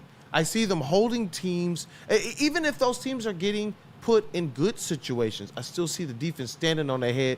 Shout out to Amon-Ra St. Brown. But I still see the defense standing on their head, holding teams to low totals. The Packers got 1 touchdown last night, and I would reckon to believe that if the Lions wanted to, they could have really stifled even that attempt as well. This defense has been humming. Aaron Glenn, Kirby Joseph, even Aiden Hutchinson and what he's done, what he did before he went out, Brian Branch, the linebackers. Man, it's beautiful. It is beautiful, and this is where I have to give a ton of credit to Aaron Glenn. Right now, he is every bit the DC that Ben Johnson is an OC. And I know that sounds crazy because we all know how elite Ben Johnson has been pretty much ever since he took over. But this game, the way that he schemed it up for Detroit in this game at Green Bay was stuff of legends, honestly, because I was watching the game, as all of us were, and I was looking at the Lions' starting defense. I saw the starting edge rushers were Alkamin Mohammed and Levi Onwuzurike, and one of the starting linebackers was Jalen Reeves-Maybin. I looked at that, and it was kind of, I wouldn't say that it was sobering, but it's just amazing that the Lions, it's just unfortunate that they've had so many injuries. And if you would have told me that before the season, that was going to be your lineup going into Green Bay, I would have been like, okay, that's an L, on to Houston. And Houston's probably an L as well. But it wasn't. And not only that, Brian Branch got ejected in the first half. The pass rush is still an issue. They got 0 sacks on Jordan Love, and the Packers outrushed the Lions. So they cratered then, right? I mean, we know the answer. They gave up 14 points. And won by 10 when the wind wasn't at their back. It's absolutely unbelievable because, as they often have done throughout this run, and especially last year when their defense wasn't great in terms of the totality, they are timely. They bend but don't break. here's the perfect example. On the Packers opening drive, they got a field goal. The Lions on their opening drive got a touchdown. On the third Packer drive, they had 1st and 10 at the Detroit 32, and they missed a field goal. And the second drive out of the half, already down 24-3, whoop-de-doo, the Packers got a field goal when they were 1st and 10 at the 14 to cut a 21-point lead to an 18. Again, whoop-de-freaking-do. On the next Packer drive, they had 1st and 10 from the Lions 18 and had a turnover on downs because, of course, they had to go for it because at that point they were down by 18. And then, of course, on that last Packer drive, they did score a touchdown to give them a paltry 14 points. But that's 5 drives in which the Packers were in scoring position. I believe 3 or 4 of them they got to the red zone, and they could only come away with 14 points. And, of course, we know what Kirby Joseph did. That's timely. That's bending but don't break. That's some of the issues are there. Like I said, the run defense has not looked the same since Aiden Hutchinson went out. The pass rush, in the last 2 games, they've had a combined 1 sack, and they only hit Jordan Love twice, but it just didn't matter because they made the stops when they needed to, and they scored points of their own. And Aaron Glenn deserves a lot of credit for that. But you also have to give credit to a guy like Jack Campbell, who led the team in tackles. Brandon Joseph, who had to come in and play a bigger role when Brian Branch got ejected. It's my linebackers. Carlton Davis had a couple of pass deflections. Terrion Arnold continues to get better. Alex Anzalone does what Alex Anzalone does. You have to give a ton of credit to the guys who have stepped up, the guys who have always been there, and of course to Aaron Glenn, who is making his case for coordinator of the year. He has been absolutely spectacular, both when he's had the pieces he's needed and when he hasn't. This defense is depleted, and it doesn't matter. I mean, it might matter in later games, but it hasn't. They've been without Aiden Hutchinson and are 3-0. In the last 2 games, and we're going to cross to the offense as well, without J-Mo and Hutch, and they're 2-0. It just doesn't matter. Because they make the plays that need to be made when they need to be made. That's why I'm chuckling. I'm like, bro, this doesn't make no sense, man. Like, I remember watching games with my pops. I saw the apathy set in. I remember hearing my grandfather as an old man saying, they're going to get there one day, son. They're going to get there. I don't even understand what we're seeing. This is, right now is beyond my wildest dreams, and they haven't even won a Super Bowl yet. I don't know what happens when they do. I'm not going to say if, when they do. Yes. Because I believe in what this team is doing. Sometimes you just have to believe in the product that's right in front of you. And I do believe in these Detroit Lions. That's what makes these Victory Mondays that much better, that much just kind of just stress-free. I keep going into these games where I know in the past I would be stressed out. I remember even last year's Packers game. You and I looked at each other like, bro, what is going on right now? Like, what are we watching? And you're like, I don't know. And it was halftime. You're like, but we can't get too big on this right now. And then we just still saw them go out there and just handle it. And we were like, okay, bro, what's going on here now? You know what I mean? Like, who are we seeing? What are we seeing? And what they're doing right now, the reason why we won a Super Bowl is because obviously we want that. It's the pinnacle. But to be able to make sure that you have that ultimate validation on all the great things that we're seeing game to game and play to play, these players, they deserve that. Go out there and continue to mash like you want it, and that's what I'm seeing out of them. These dogs, they're not eating like they're hungry. They're eating like they're starving right now, even though we just saw them eat a whole plate. And this is where I have to get on the stand a little bit. No, I don't think the Lions will ultimately achieve a Super Bowl win if they don't get a pass rusher, but they have looked a lot better than I thought that they would. Shout out Chase, by the way. Because they're making the plays that need to be made. As I said, I mean, the best example is the Lions, and more on this later, had 2 touchdowns where they went for it on 4th down. When the Packers went for it on 4th down in the red zone, they got stopped.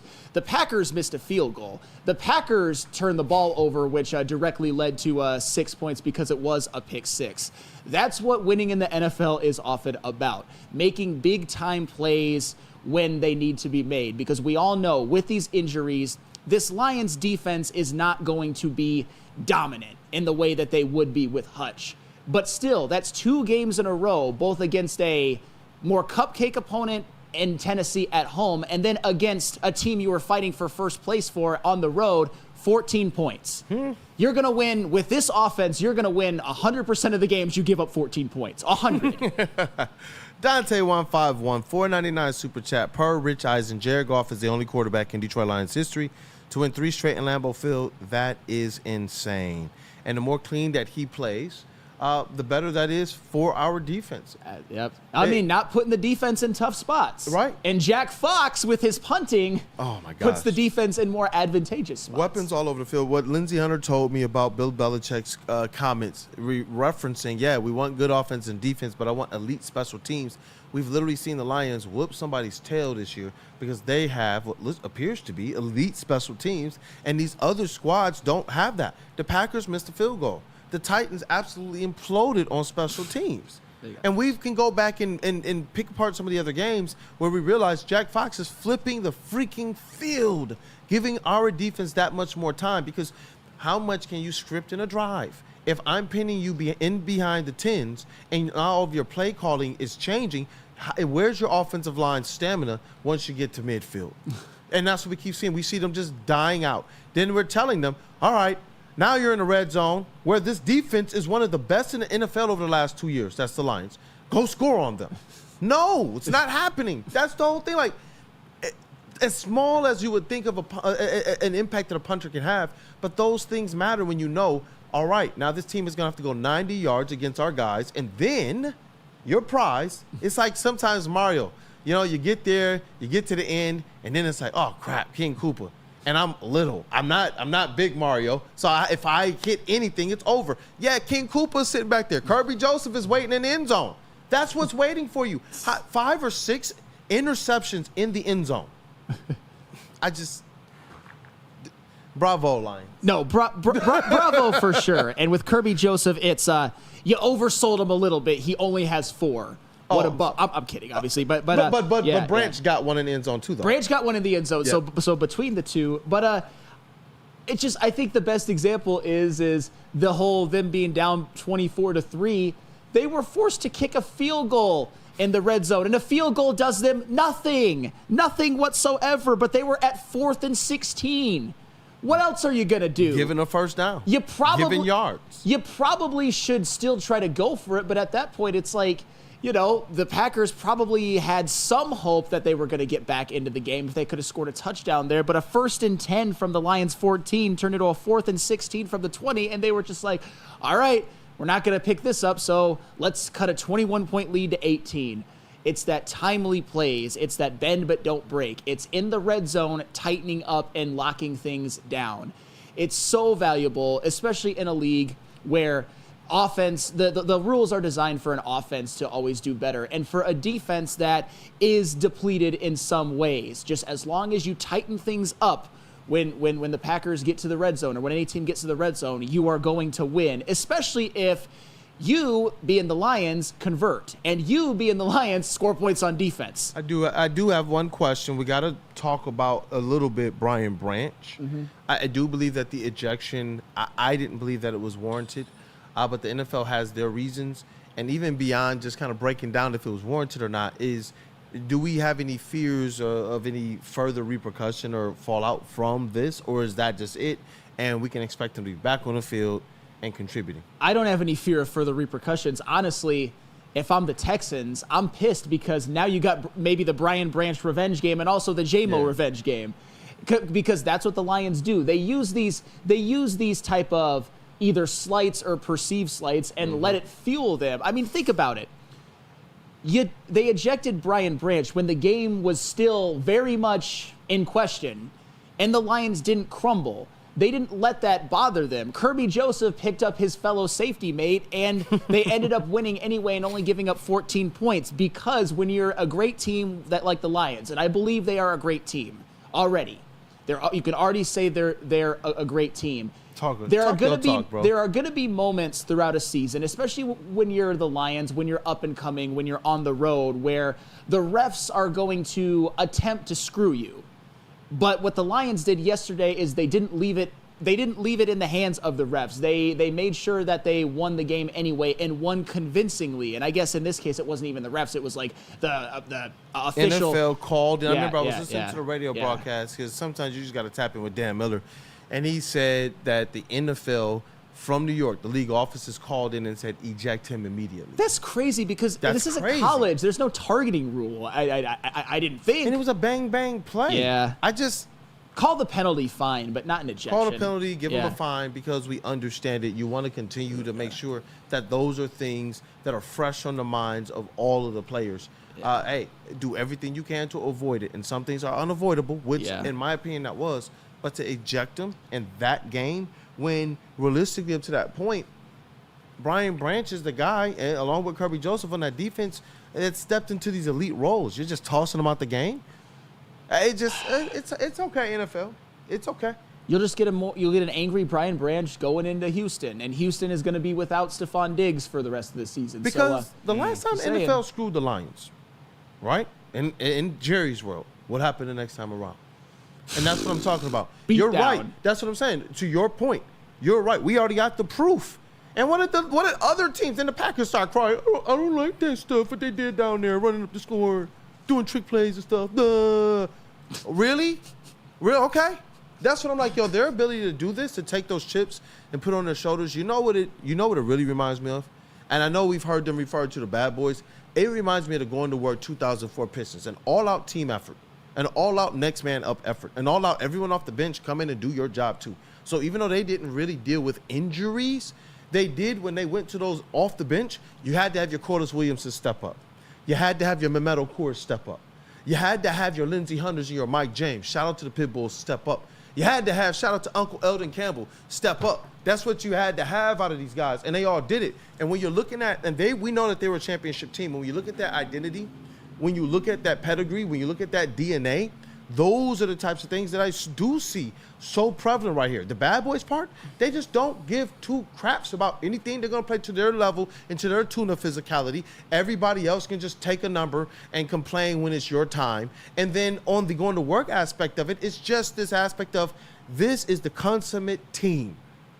This is the team that you want your team to be. This should be it. I know we got other fans in the chat. Y'all are here because you understand that this is what you want your team to look like. That's why you're here right now. And we're here because the Detroit Lions give us this platform and this great Victory Monday feeling. Of course. Welcome to all the other fan bases, by the way. Glad you could make it. But welcome. But you know what? Death, taxes, and the Lions run the football. And we got to talk about that when we get back. But first, JB, tell us about Caesars. Oh, definitely. I will definitely tell you about Caesars. And Texans, be prepared for that Brian Branch revenge games because I feel like it's going to be that Jordan type of thing, whereas I took that personally. So just prepare for that. But let me tell you guys about Caesars Sportsbook, the official sportsbook of us here at Woodward Sports. Scan the QR code on screen. Use code Woodward1000. You can deposit up to $1,000, and all you have to do is place a minimum of a $20 bet. If it doesn't hit, they will throw that right back into your account with no questions asked. I'm serious about this. Scan the QR code on screen. Use code Woodward1000. It's Caesars Sportsbook, the official sportsbook of us here at Woodward Sports. Make some money today. Love Woodward Sports? Love wearing clothes? Then you should be wearing Woodward Sports clothes. Check out our full line of merch at woodwardsports.com. Just click on shop. We have all your favorite designs, like Dan Campbell kneecaps, Woodward golf, and of course, our own logoed out merchandise. Men, women, infants, kids all love Woodward Sports. Impress your friends. Impress your boss. Impress your dog. Buy Woodward Sports merch today.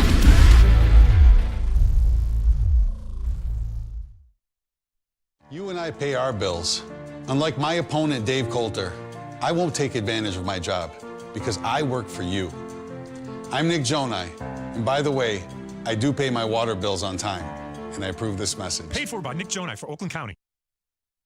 Walk into any Lady Jane's Haircuts for Men today. Open 7 days a week. Sit back, relax, and enjoy precision haircut, scalp massage, hot leather neck shave, and hot towel treatment from one of our talented stylists. Step up your game this season and take advantage of our $20 haircut special.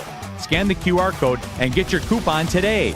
Lady Jane's Haircuts for Men, the ultimate haircut experience. Open 7 days a week. Walk-ins always welcome. Lady Jane's Haircuts for Men, it's wicked awesome. game is won in the trenches, and our big fellas don't mess around. The Woodward Heavyweights on Woodward Sports.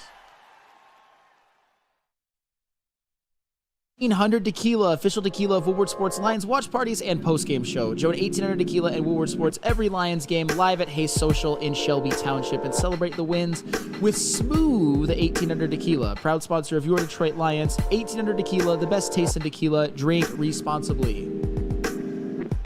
Man, what up, though, people? Welcome back. It is Wake Up Woodward. Shout out to our brother Matthew Broder and the legendary Foster. Getting things kicked off this morning with Woodward and Maine. It was an electric show. It got me bricked up. I told you, bro.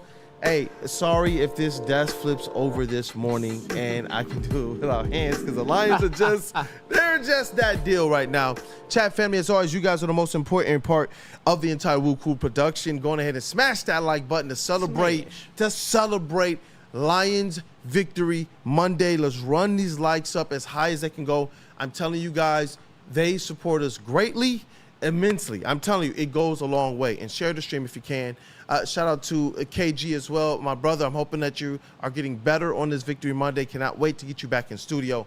We got Chase in the sound booth this morning. What up, though, brother? Hey, what up, though? How's it going? Good morning, everybody. Victory Monday. Hey, Celebrate. Victory Monday, for sure. Let's rock. That dude, Justin. What up, though, brother? Nothing other than vibes and immaculate energy coming out of this room today. Hey. I mean, how can there not be? Brad Hendricks. Bronny James going for 4 points tonight at LCA. That is right. The Lakers, Pistons tonight. Talking about the 04 Pistons. Hey, gonna have a flashbacks. We got Bronny and LeBron in the building tonight. Hey, JB Spoo, Woodward Sports MVP in the booth. This is a Victory Monday show. What up, though, brother? It's a Victory Monday. I just want to relive Sunday again. You got the Pistons winning. You got the Lions winning. You got the Wings winning again. Like, can we just relive that Sunday again? Just run it back one more time. Run it back. And Federico Paulo, I know we got a lot more Lions to talk about on this show. Yes. Let me see. Lions. Oh, and what's trending as well. Of course. What up, though, brother? Oh, you know, I'm just still on a high from yesterday. And one of the staples of this Lions team that every single game this year, it showed up. Literally every single game, you can check the numbers, is the running game. The Lions will run the ball whether you want to stop it or not. Yep, and just a kind of another sidebar, just real quick. Another week of that Lions running back duo getting 70 yards, total scrimmage yards apiece.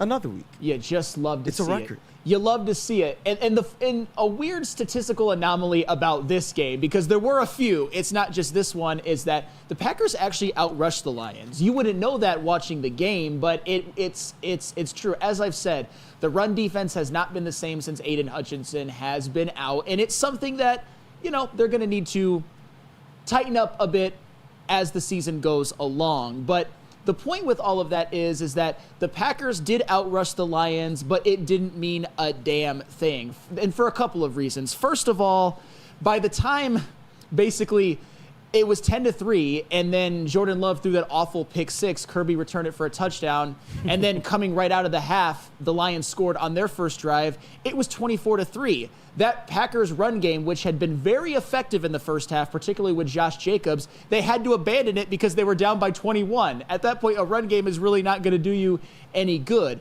But also, with the Lions run game, just because they were outrushed by the Packers doesn't mean that they did not show up. They most certainly did. And it wasn't just that David Montgomery and Jahmyr Gibbs continue to do what they do. It was they got the important yards. They got the impactful runs. Look at the opening drive of the game. It was just a steady dose of David Montgomery.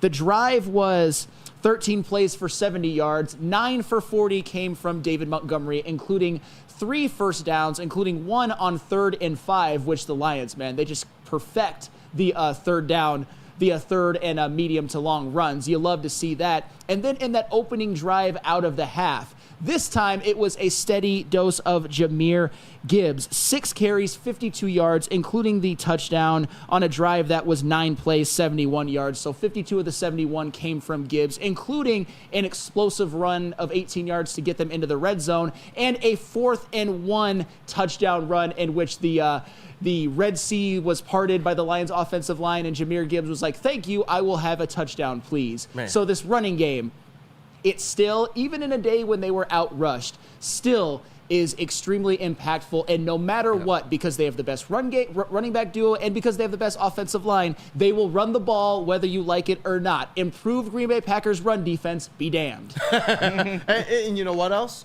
That play calling as well. Yes. Whoever is run coordinating for them and putting these players in their best spots to be able to hit their space, it's working beautifully because Jahmyr Gibbs is just hitting absolute space, man.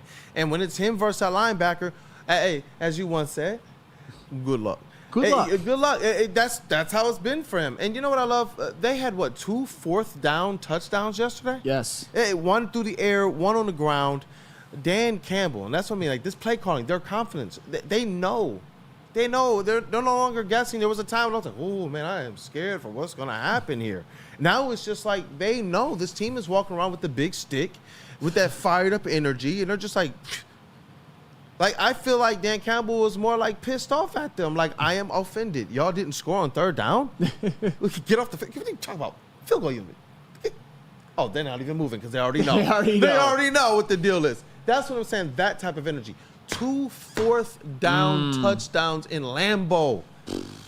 2 fourth-down touchdowns, and as I said before, when the Packers had a fourth down in the red zone, they did not convert. You just love to see that. And after another Jahmyr Gibbs game where he is very effective, has a touchdown, has a rushing touchdown, has a great yards per carry, has a couple explosive runs. Did you know that on the season, in 8 games, Jahmyr Gibbs is averaging 6.4 yards per carry? That's disgusting. That's on pace for being... I know Jamal Charles had some really big yards per carry seasons, but like Jahmyr Gibbs, he might... That's 4's pretty good. 4.5 is elite. 6.4? It gets to the point where I'm just like, you know what? To start the season, Jamison Williams was a weapon. He was a big part of the offense. He was somebody that when we thought, oh no, if he gets injured, or oh no, this suspension, and then it's just like, hey, it doesn't matter. I think that's the word that I've heard you use, or the phrase, several times today. It just doesn't matter. It doesn't matter at all. So many different narratives that I thought could really cost this team to this point just hasn't. And you want to knock on wood, and you want to, hope that the football gods are still kind to the line as much as they can, because I don't know how much it is. You've lost some big players, but they still just hum along. And that's why I keep saying that there's something different about who Dan Campbell is. And whatever he's imprinted into this team, it just rocks, man. And I'm all here for it. It transcends anything that you can even sit down and analytically break down, because you look at it, and on paper it looks one way, trends it looks one way. When you kind of bring in a little bit of the superstition, it looks one way, because we know what Lambeau has been. It doesn't matter. We know who Matt Stafford was. We know who Matt Flynn was. It didn't matter. But now you got a Dan Campbell who's like, you know what? We're going to make sure that the narrative is written that it's about the Lions, and that's just all that it is. And so this team can go in and get 2 fourth-down touchdowns in Lambeau Field in a big game in the rain. You passed for a touchdown in the rain on 4th down? Like, that's what I'm saying. Like, how do you even break that? What are we going to break down? After drawing a Green Bay defender offsides to make it 4th and goal from the 2.5 instead of the 5. Yep.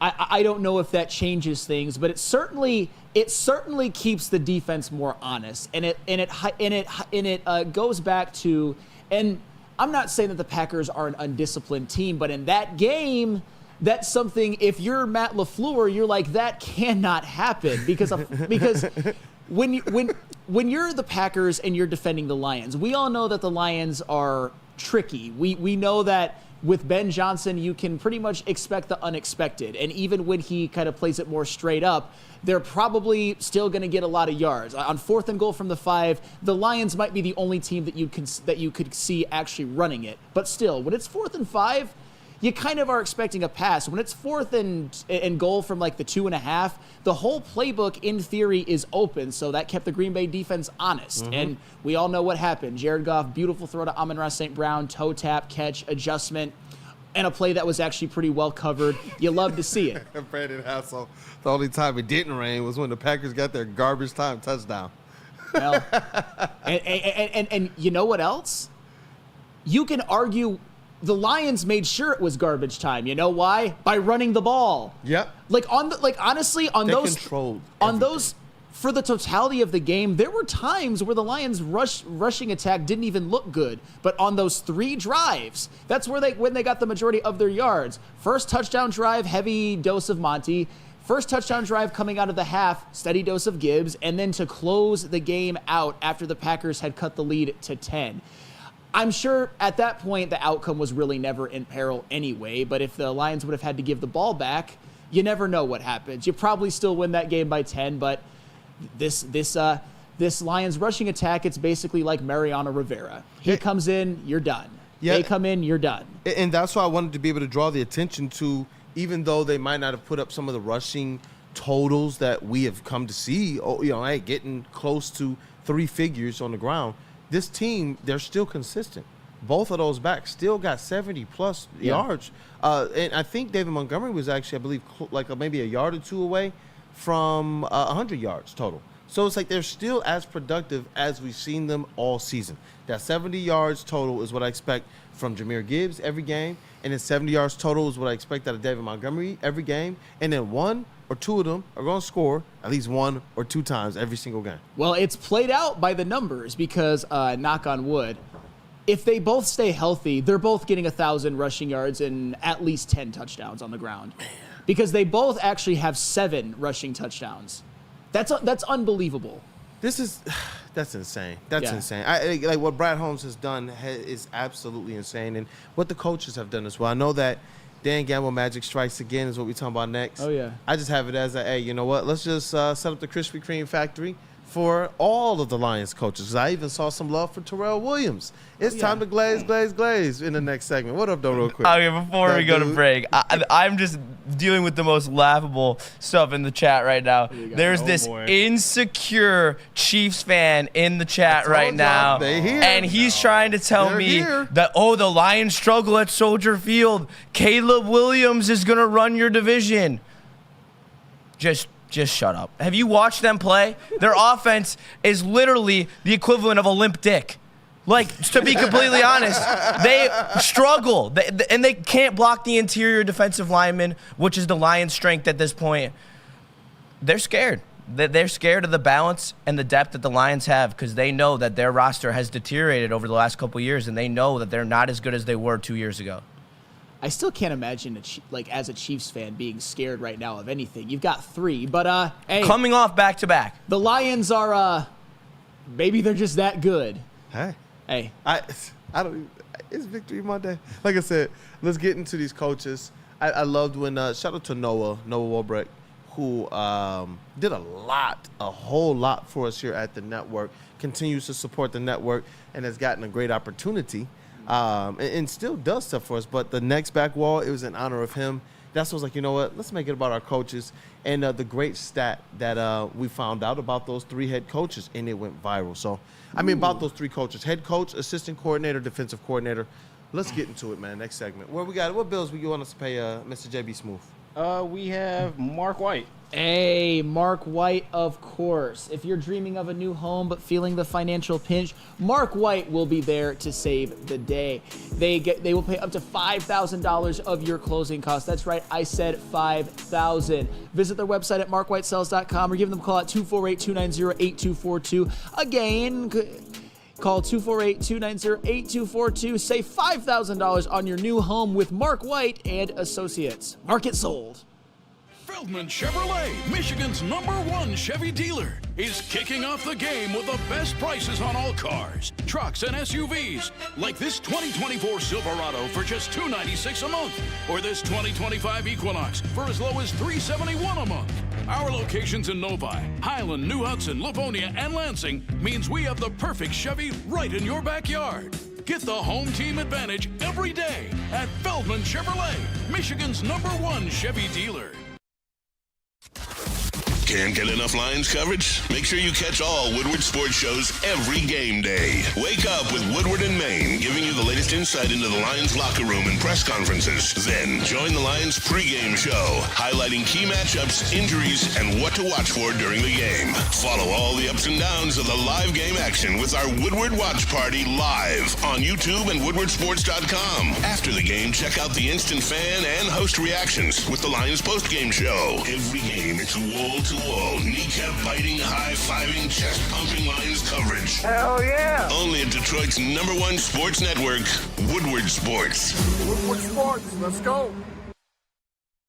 You and I pay our bills. Unlike my opponent, Dave Coulter, I won't take advantage of my job because I work for you. I'm Nick Jonai, and by the way, I do pay my water bills on time, and I approve this message. Paid for by Nick Jonai for Oakland County.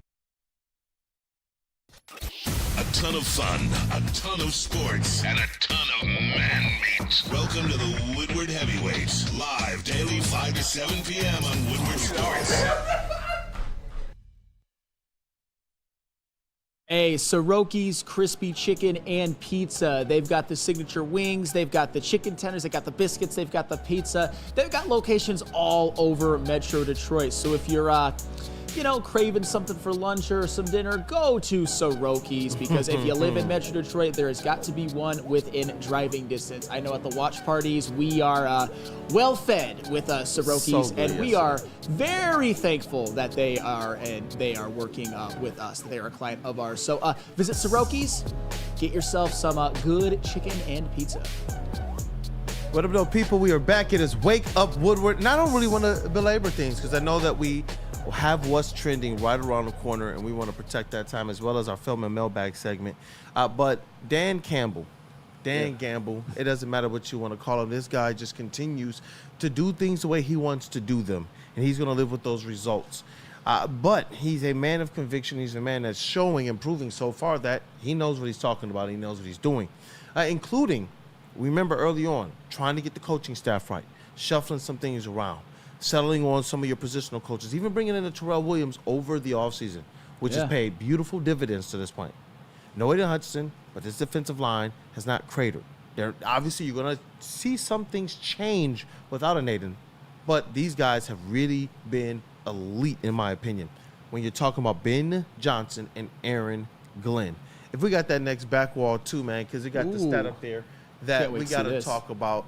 Let's get that back wall up there about these coaches, man, because they're the only coaching staff, the only head coach, OC, and DC in the NFL that's been together for 3 years. That's incredible. Talk about a buy-in. That's incredible, because not to quote, I forgot who it was, I think it was Jerry Glanville, said the NFL means not for long.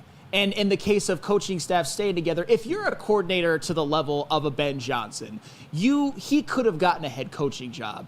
I thought that he was, if I were a team going into this season that we're playing right now, he would be my #1 target because of how the NFL's going. I like offensive coaches, but he decided to stay. Aaron Glenn as well. I think with the season that he's having, as long as he keeps it up, he will be a hot commodity for an NFL head coaching job. So the point is that when you're a great coordinator, you are near the top of the list of every team who has a coaching vacancy, and Ben Johnson was certainly that coming onto this year. But it's definitely not a coincidence that the Lions look to me, and this is, it's like 1A and 1B with the Kansas City Chiefs. Those are the two most well-coached teams in the entire NFL. And I think the fact that there's this amount of continuity, it does wonders for this team. I mean, think about it. Jared Goff is looking the best. He's playing the best football of his life. The numbers definitely bear that out. His third year in Ben Johnson, I don't think he was, or his third year in the Ben Johnson system. And then you look at the defense, even with all of the injuries, they are continuing to keep them in games and make very timely plays. Mm-hmm. You love to see it. Coaching continuity. I don't know if you're going to get this next year, but while they have it, they look like they're just a phenomenally coached team. And I think this is as big of a reason why, the continuity. And I see Arf in the chat. He says 3 years is so little time. It's a sad statement on the NFL. No wonder so many games suck. Because there are a lot of people who they know and they see, hey, you know what? I've earned my opportunity to be a head coach. I've earned my opportunity to go out there and try and do it my way. And what you see here, Ben Johnson and Aaron Glenn both talked about why they're still in Detroit. They both talked about what they're buying into. And you know what? Not just the success that this team is having on the field and what they believe they can do, but Ben Johnson also talked about the fact that he fell in love here with the community. He said, bro, my family's happy here. When you compare up winning with being in a city that you love, which Detroit, great on you guys. Like, that's where you know that the tide is turning just a little bit. He could have been a head coach out there. We know that there was whole noise about people being on a plane mid-flight to come and interview him. And he was like, hey, bro, I'm staying put right now. Because realistically, what's better than the Detroit Lions? So being a head coach and getting punished by the Detroit Lions for the next 2 or 3 years? You don't think Ben Johnson knows what this team is? Yeah, and that's where either Ben Johnson knows that he's better as a coordinator, or just never saw an opportunity that was good enough for him to leave the situation that he is in. Hey, and I've heard rumors. Even as a head coach? Yes. I've heard, look at Dave Canales going to the Carolina Panthers, for example. And I get it, they won yesterday, but still, those are the type of, when you go to take over a team that just fired their coach, you're not usually going into a good situation. That's tough. That's a daunting task for even coordinators like Ben Johnson and Aaron Glenn, who have accomplished so much. But I've heard rumors, and I can't exactly tell you where they're from, that Ben Johnson and Aaron Glenn, they're not fit to be NFL head coaches, and they have some issues. They're not really good guys either, so no NFL team should ever hire them. They should be with the Lions forever. I'm not making it up either. I've heard from reputable sources. So they need to stay put right here. We know how to help them and get them the help that they need. We do. Yes. We can support them in those ways, man. And you know what? We got to get into our next segment. We got to get a sparking word to Dispo. What bills you want us to pay, brother JB Smooth? We got the watch party. Hey, oh my gosh, was it jumping yesterday? I know JB Smooth was in the building. I know we had a lot of other people in the building. Intern Chase. That dude Justin walked up. I was like, dog, because look, he ain't here all week. And then when we get to see him on the Lions watch parties, it's epic time, especially when the Detroit Lions win. Shout out to the new 1800 girls. Hey, shout out to 1800 Tequila girls. We're in the building as well. And right now we do have that 1800 Tequila giveaway going on the socials right now. You can get your Axel Foley jacket, man. I'm telling you, want to be a part of this. Listen, I hit up Joey. I was like, bro, man, how do I buy one of those? He said, bro, this is custom made. You don't buy it. The only way you're getting it is if you win this jacket. So, shout out to 1800 Tequila, one of the sponsors of this, but the lead sponsor, New Holland Brewing Company watch party and post-game show with the heavyweights and Stick and Anson live at Hayes Social, man, in Shelby Township. It's absolutely live. Yesterday was so epic. We got all of the stuff, including us singing a fight song yesterday after the Lions won and after each and every single score. That's the atmosphere you want to be in. If you cannot be at the game, that's the one you want to be at. Big screens all over the place. Great food all over the place. And if you know Woodward Sports, make sure you guys get some of that good old Soroki's as well, which is on deck. And you're getting instant reactions on the watch party and then instant analysis on the post-game show with Stick and Anton. And you guys get to be a part of the show as well by calling in, or if you're there, we'll put you on the mic and on camera.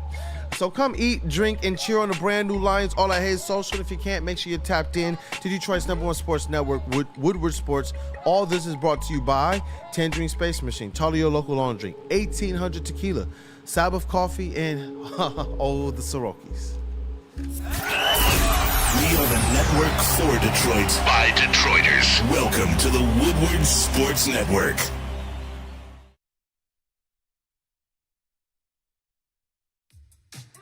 How do people feel about getting a Planet Fitness membership for $15 a month? How do they like working out in a clean and spacious gym that's filled with equipment for every workout? And how about free fitness training in the judgment-free zone that leaves them feeling energized all day long? Join Planet Fitness today with the free PF app, online or in club, and start getting that big fitness energy for $15 a month.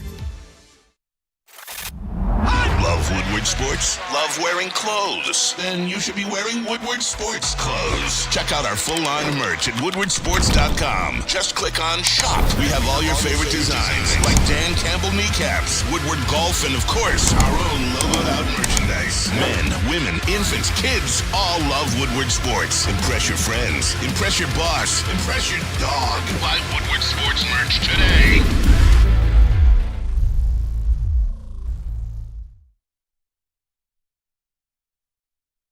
Attention sports fans, don't miss out on expert sports injury insights with Dr. Jeff Pierce of Michigan Sports and Spine. Join Dr. Pierce every Tuesday during Big D Energy and every Thursday on Ermanni and Edwards, where he's offering you top-notch injury advice. You got to trust the guy that four-time Stanley Cup winner Darren McCarty trusts. Dr. Pierce is here to keep you in the game and performing at your best. For more information, visit MichiganSportsAndSpine.com or call 248-426-9944. Man, what a Victory Monday show. Welcome back as Wake Up Woodward. It's your boy, Brandon Dent, a.k.a. Detroit Kool-Aid, your credential Pistons reporter and writer for the network, Frederico Polo. And you know what? On Victory Mondays, it's like Frederico Polo, but that's also all sports knower and Red Wings correspondent for the network, Flannel Sam. We got the crew in the building. Intern Chase. That dude, Chase. You guys, help me find a nickname for Chase. He's a part of the team. That dude, Justin. Woodward Sports MVP, JB Smooth. Shout out to our brother, Matthew Boder, and KG. Get well soon, brother. Let's get sparking word to this one, bro. Let's do it. And now it's time for the most electrifying segment on the internet. Bum, bum, bum. It's What's Trending with JB. Live on Wake Up Woodward. All right, let's give it up for JB. Let's rock. Appreciate you, Chase. Appreciate you, my man. Shout out to everyone in the chat. What's going on, fellas? I have something to show you right now. Kool-Aid, I don't want to diminish the Lions' victory from yesterday, but another Detroit team won as well, too, our Detroit Pistons. So I just got a question for you is, how come they couldn't travel on the bus to get to the game, yet they had to take the subway? You saw that. They had to take the subway because of the New York City Marathon that was going on to get to their game. They was just on there with, randos, bro. They just, hey, we in the city. Is this cool? Is this embarrassing? I don't know. It definitely seemed like it had an effect on the game. Let me say that much. Just erase that one because it was so out of character. But this I actually thought was like, you know what? This is kind of cool. I know that the Pistons overall, I know this wasn't their decision, but overall they've made a kind of a point to be more community-based than anything. And I like it to see them out in the city here. And then to kind of see them doing this in New York. Hey, it's pretty cool. The funny thing is the subway, it's not the most pleasant experience at times, but it's remarkably cheap. I went to NYC 3 years ago because my wife, one of her good friends lives there, and it's actually pretty convenient. You can basically get anywhere. You just might have shady characters around you and an aroma of piss. But other than that, it's fine. Aroma of piss. It was 99 cents. So well. I'm sorry. He just said it so. There was a dude. No, there was actually a dude who was drinking a Miller Lite from a straw. A Miller Lite can from a straw. What do you mean? That's high society right there. It's high society. Like a Miller Lite can.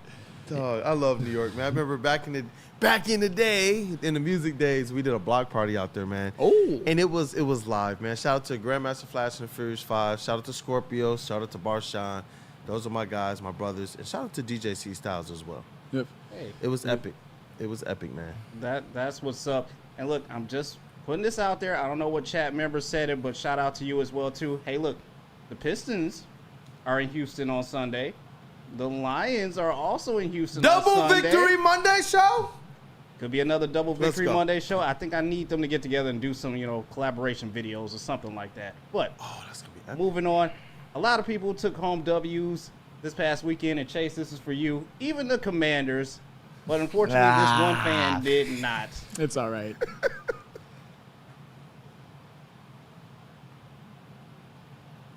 Oh no! Got a little too sauced up there. Please stop rolling. I was saying, right now, please. Oh my gosh! Somebody grab him. So just get him some help. Somebody please. grab him! Oh my gosh! the lack of like someone caring about this dude's well-being. Look how slow he falls, though. Man, That's went over 2 rows. That's honestly embarrassing how slow he falls that he wasn't able to catch himself. it is incredible that the Commanders only have 2 losses. Hey, Quite impressive. I got a Jaden Daniels jersey on the way. I can't lie. Oh boy. Imagine if I did that. Imagine if I said I was getting a Patrick Mahomes jersey, I would get murdered. I have one. We can get you one, Flannel. That's fine. That's all right. Different rules for different people, but I've embraced it. I'm a changed man. Isn't today even further proof that I am actually changed? See, you changed man up there. Changed man. I'm proud Turn of over you. a new leaf. I'm so glad Proud the of Lions are winning because I don't know what the world would be. Like, what universe would we be in the multiverse if the Lions were like 4-4? I don't want to think about that. Nope. 7-1, baby. 7-1. Victory Monday. Yeah, we're not even going to put that out in the air. Not even going to do it. And finally, I will end what's trending with this. This is the moment where I knew I quit extreme sports. No. What? Ugh. Oh. It's like, bro, you already missed the move. But just to dot the I. There we go. Just to dot that. Just to make sure you know. Hey, bro, you really lost. Bink. Oh. You see it? Yeah. Should have wore a cup, bro. No. It's painful. Oh, the wasted at the end, too. Oh, Yeah. Damn, that makes it worse. That's like next level embarrassment when they throw that in there. Bro, and it's on a scooter, dog. That don't make it no better. Oh, I didn't even see the back kick. That's what I was talking Oh my about. Like, God. this injury to insult. It's like, hey, let's make sure we dot the I and cross the T here. Shout out to the old MTV show Scarred. JB, I know you know what I'm talking about. I love how it goes straight, too. Like, it doesn't, like, waver to either side. Like, it literally just is, like, straight into this perfect backflip of the scooter and just right into his balls. And he definitely wasn't wearing a cup. There's no. Oh, not at all. He seems like a guy like, oh, wearing a cup is for not real men. Or do like extreme sports? Is it common practice to wear cups? I don't know anyone who wears a cup to the skate park. Yeah, I would agree with that. The skate park this That's weekend. right. I think- forgot we got a skater in our midst. Yeah, we do. Yeah, I don't think anybody wears a cup to the skate park. No cups Well, in the he skate should start. park. Just saying. He should start. He should definitely start. But that's it for what's trending, you guys. Let's hop into some mailbag. All right. Oh, Hey, man. but first, Oh, man. got to tell you about Salvation Army. Have you ever thought about volunteering but don't know where to start? Start with the Salvation Army's Red Kettle campaign. Visit registertoring.com to sign up for shifts. You'll have an option to choose a 2-hour session at a physical Red Kettle site or participate in a virtual bell ringing shift to raise funds from the comfort of your own home. Virtual bell ringers can sign up and begin raising funds at any time. Traditional bell ringing begins on Friday, November 7 and runs through Christmas Eve, excluding Thanksgiving and Sundays. To sign up for volunteer shifts, visit registertoring.com. How do people feel about getting a Planet Fitness membership for $15 a month? How do they like working out in a clean and spacious gym that's filled with equipment for every workout? And how about free fitness training in the judgment-free zone that leaves them feeling energized all day long? Join Planet Fitness today with the free PF app, online or in club, and start getting that big fitness energy for $15 a month.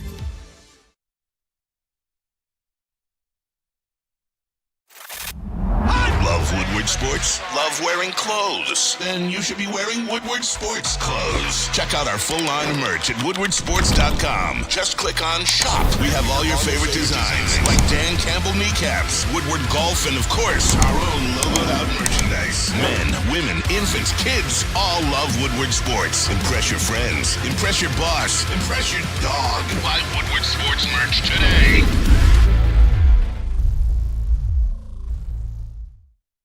Stop searching for a vehicle and start finding one. Les Stanford Chevrolet Cadillac makes it easy. We harness the power of multiple dealerships and own the biggest selection of GM brands in the area to get you the car you need. With the Les Stanford Group, you'll have access to 4 different dealerships, providing you with more makes, more models, and more choices. We're connected to more than 1,000 vehicles, and with so many high-quality CPO vehicles available, you'll find new car quality at pre-owned prices. You can start and end your search at lesstanford.com today. ton of fun, a ton of sports, and a ton of man meat. Welcome to the Woodward Heavyweights, live daily 5 to 7 p.m. on Woodward Sports. Hey, Feldman Chevrolet, Michigan's #1 Chevy dealer. It's the place that got me out of a jam when my car broke down on the way to a Michigan-Ohio State basketball game. They've helped me out. They've helped Broder. Neil Rule got himself a vehicle. Kool-Aid may or may not at some point be going to Feldman so we can become a real Feldman family. It's the best dealership. It's the no-buy location. We do shows from there, and they got the best sales staff, the best selection of cars. So if you find yourself in a situation, go to Feldman Auto. What up, though, people? It is now time for the Wake Up Woodward Feldman Mailbag segment. I need you guys to get those mailbag questions in. But in addition to that, get in your new names since the Detroit Lions, Sheila Hamp, Kirby Joseph, Jared Goff. These guys, they've absolutely taken over Lambeau Field. Oh, yeah. Did somebody say Jared Goff? Straight wins. Hey, somebody say Jared Goff? Stick appeared. You know, I gotta be honest. I'm really disappointed in his first half performance. He had one incompletion, and that's just unacceptable with where we are as a franchise. Terrible. After that incompletion, I had to really reevaluate if this guy could lead this football team. Man, you know, does he have it in him? One incompletion, I wanted the fourth perfect first half of the year, but I didn't get it, and I'm sick of it. You had to settle for 3, and that's not what you should have to do, Stick. I've had to deal with 5 unperfect first halves this year. Goodness. I'm done. Like missing 1 and 2 passes and a half. Come on, JG. He knows he's better. We know he's better. You know, I think we'll be here for him through those dark times when he throws one incomplete pass. But I think we'll get through this, but I'm also just sick and tired of 5 games without perfection in the first half. Absolutely ridiculous. I'm not even counting the perfect second half that one time when he did the whole perfect game. I'm only worried about first halves now. And I'm done with it. Jared Goff, get it together. Making me look like an asshole up here. I love it. Perfect halves from here on out, Jared Goff. Or nothing else. First half. Yeah, it's got to be the first half or nothing else because, I'm sick of going to bat for this guy, and then he goes out there and throws an incompletion. What kind of clown show is this? Done with it. Quit throwing incompletions at all. Oh. Makes us all look bad. Talk your talk. How's Amon-Ra going to catch the ball when there's one incompletion? Talk your talk. How? It's just ridiculous. You know, somewhere there's a starving kid that could use a completion, and Jared Goff's just throwing one on the ground every first half. Sick of this. Jared Goff. You know what's awesome, too? Looking at how many passes Jared Goff threw yesterday, I only missed 4, and just how many passes Jordan Love the Great, I was told. He was Jordan Love the Great. He's better than Jared Goff. Just how many passes he threw for his yards. And one of them was real bad. Yeah. Well, what was Real that? bad. If you could remind me while I look through these mailbag questions, can you remind me what that one real bad one was? I like hearing about it. It was a pick 6 to Kirby Joseph. That's music to my ears. Packers. I thought Jordan Love was better than Jared Goff. He is at pick 6s. Kool-Aid gets it. See, Leads Kool-Aid the league gets in it. something. Shout out to Jordan Love. Shout out to Jordan Love. Thank you. Ah, man, what a tremendous victory. And for everybody in the chat asking about me and Anson, we haven't talked since last night. He got up, he left the post-game show, he said bye, and my mom called me. She's like, are you guys okay? We're fine. Anson and I will be fine. He stood up in my wedding. He's one of my best friends. Yeah. I honestly went back and rewatched because I was like, did I step out of line? Did I say something wrong? Was I being a dick? And then a couple people in the comments on the postgame show are like, Stick's insufferable. He's too much of a slappy. But honestly, anybody, please tell me, who's the team on their schedule that can beat them? That's a Feldman mailbag question right there. Can and will, I think, are two different things, because I'm kind of in the same boat where it's like, I don't know if I see a loss, and I'm not even trying to be like a slappy for real. And that's you, Flannel Sam. it's me. And this is why I love Flannel, because you know if that's coming from Flannel, he absolutely believes it, and he's not a slappy at all. But he's in the same boat as I am. Like, okay, they weren't supposed to win in the rain on the road against a division opponent. Yeah, that's Jared Goff's kryptonite, I was told. Yeah, there's a trap game against a team like Tennessee that you may fall down to their level. Dan Campbell has them prepared. You're playing the 5-0 Vikings, losing your best defensive player. They're coming off a bye week. Dan Campbell has them prepared. No narrative. Where on this schedule won't they be prepared? Where on this schedule will you see a hiccup? When I look at it, I can see two games, and that's what I said last night when we started the conversation. There's the Bills and the 49ers, and let's say worst case scenario, they lose those two. Yeah. 14-3. Good luck. Sounds like a 1 seed. Good luck. Good luck. And then you're entering the playoffs. Man, you know, we'll talk about that when we get there, because obviously there is a little bit of noise or chatter about what the Detroit Lions might do. There's some news from Mike Florio that the Detroit Lions have made the call, and that either sometime today we should be hearing that Zadarius Smith is a Lion. We'll have to wait and see what's what realistically. What we do know is that Brad Holmes is calling around, but what we also know is I believe that Brad Holmes is fully confident in what this team can do. Regardless of what I want, regardless of what you think, we want more edge help. I don't think that that's a bad thing, but we keep talking about how this squad doesn't care about the narratives and how they're moving. Like those 4th down calls. We'll run it one time, we'll buck the trend in the rain, and we'll pass it as well. Like, that's just crazy. Even though we have David Montgomery on our squad. Like, that's what I'm saying. Like, they just don't care. That's what I'm going to continue to use. They don't care. That's the phrase for these Lions, man. Charles McClain, Feldman Mailbag. Here we go. So appropriate. Lions will be favored in 7 of the last 9 games. Realistically, how many of those 7 games will the Lions win, and which of the 2 games will be underdogs? Could they win? I mean, I already it's know probably your against questions, the Bills all and of the them. Chiefs are the 2 that they'll be underdogs, right? Well, they don't play the Chiefs. Or not the Chiefs. The you Bills call and them the the Super 49ers. Bowl, I get it. Bills and the 49ers. Yeah. No. Freudian slip. My bad. I think they might be underdogs next week. Really? Against Houston without their wide receivers? Chase, do you know? Mike. Your mic, Chase. Mike. My bad. I was going to say, just the Saints just fired their head coach. I just saw that Dennis Allen is out of there after losing to the that's- Panthers. He's terrible head coach. Man, that's going to be interesting how this kind of evolves over the week, because I know some people were, like, oh, don't look past, the Packers for the Texans. I was like, no. I'm very confident about this. We had a whole show on Friday lined up for it, but obviously the Texans were the team that were fresh. And it was just like, you know what? I don't know. I haven't seen too much so far that makes me feel as if this is a team that should be, that the Lions should be But here's an the deal, underdog, Kool-Aid. too. Here's the deal. We as fans can look past these teams. You know why? Because Talk we to know me. Dan Campbell isn't. Right? Like, that's why I can feel comfortable having this bravado, because I've just witnessed 3 weeks in a row without their best defensive player, this team going and handling business and not flinching. They are like an army that just marches forward. They just march on your ass. You and lose that's all Brian they Branch, do. Kirby Joseph got your back. Like, it's just crazy. Like they played a whole game without Brian Branch and Aiden Hutchinson.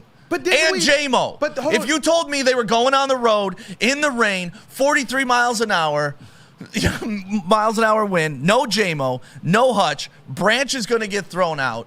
You're going to tell me they're going to win that game against a division rival? I wouldn't have thought so. And that's why it's just like, it's crazy. We're seeing it with our eyes, but nobody's believing it. And when I said it last night on the post-game show, I don't know why Anson couldn't digest it and why some people watching thought I was just being a dick and a homer.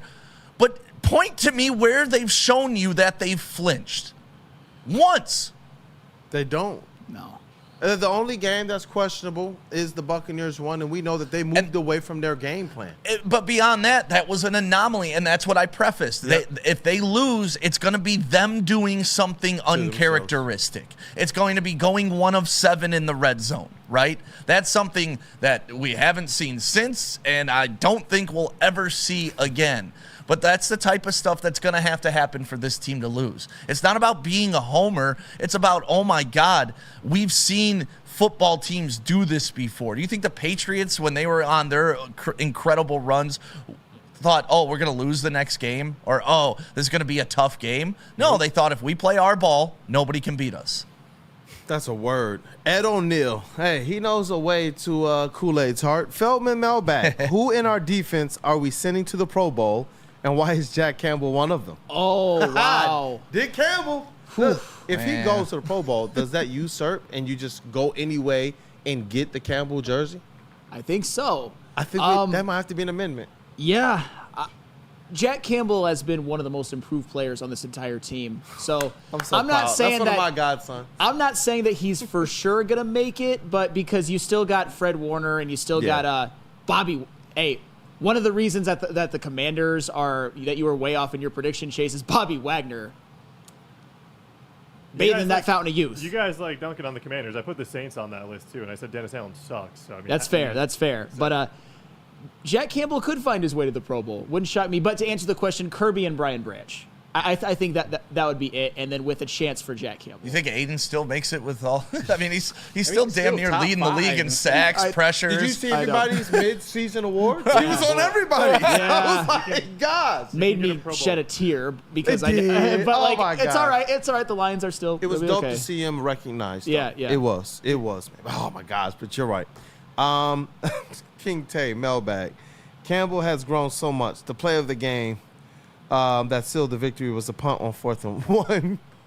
Still Dan Gamble, but you know what? He's able to utilize some of these special teams players like Jack Fox and, in my opinion, Jake Bates. He's just been solid. And one of the narratives we heard about him coming into the season is that outdoors was going to be an issue for him. That, he can kick this indoors. But look at what he and Jared Goff, who I was like, you know what? I'm looking at them specifically this game. The weather, I no longer throw that narrative out the window. Well, let's talk about the masterpiece before the end of the first half that this team did. I mean, we've, once again, not to bring up the Patriots, but this is what Belichick and Brady were famous for, right? Closing out the first half, getting points, then getting the ball back and doubling down. Lions get the ball with 5 minutes left in the first half.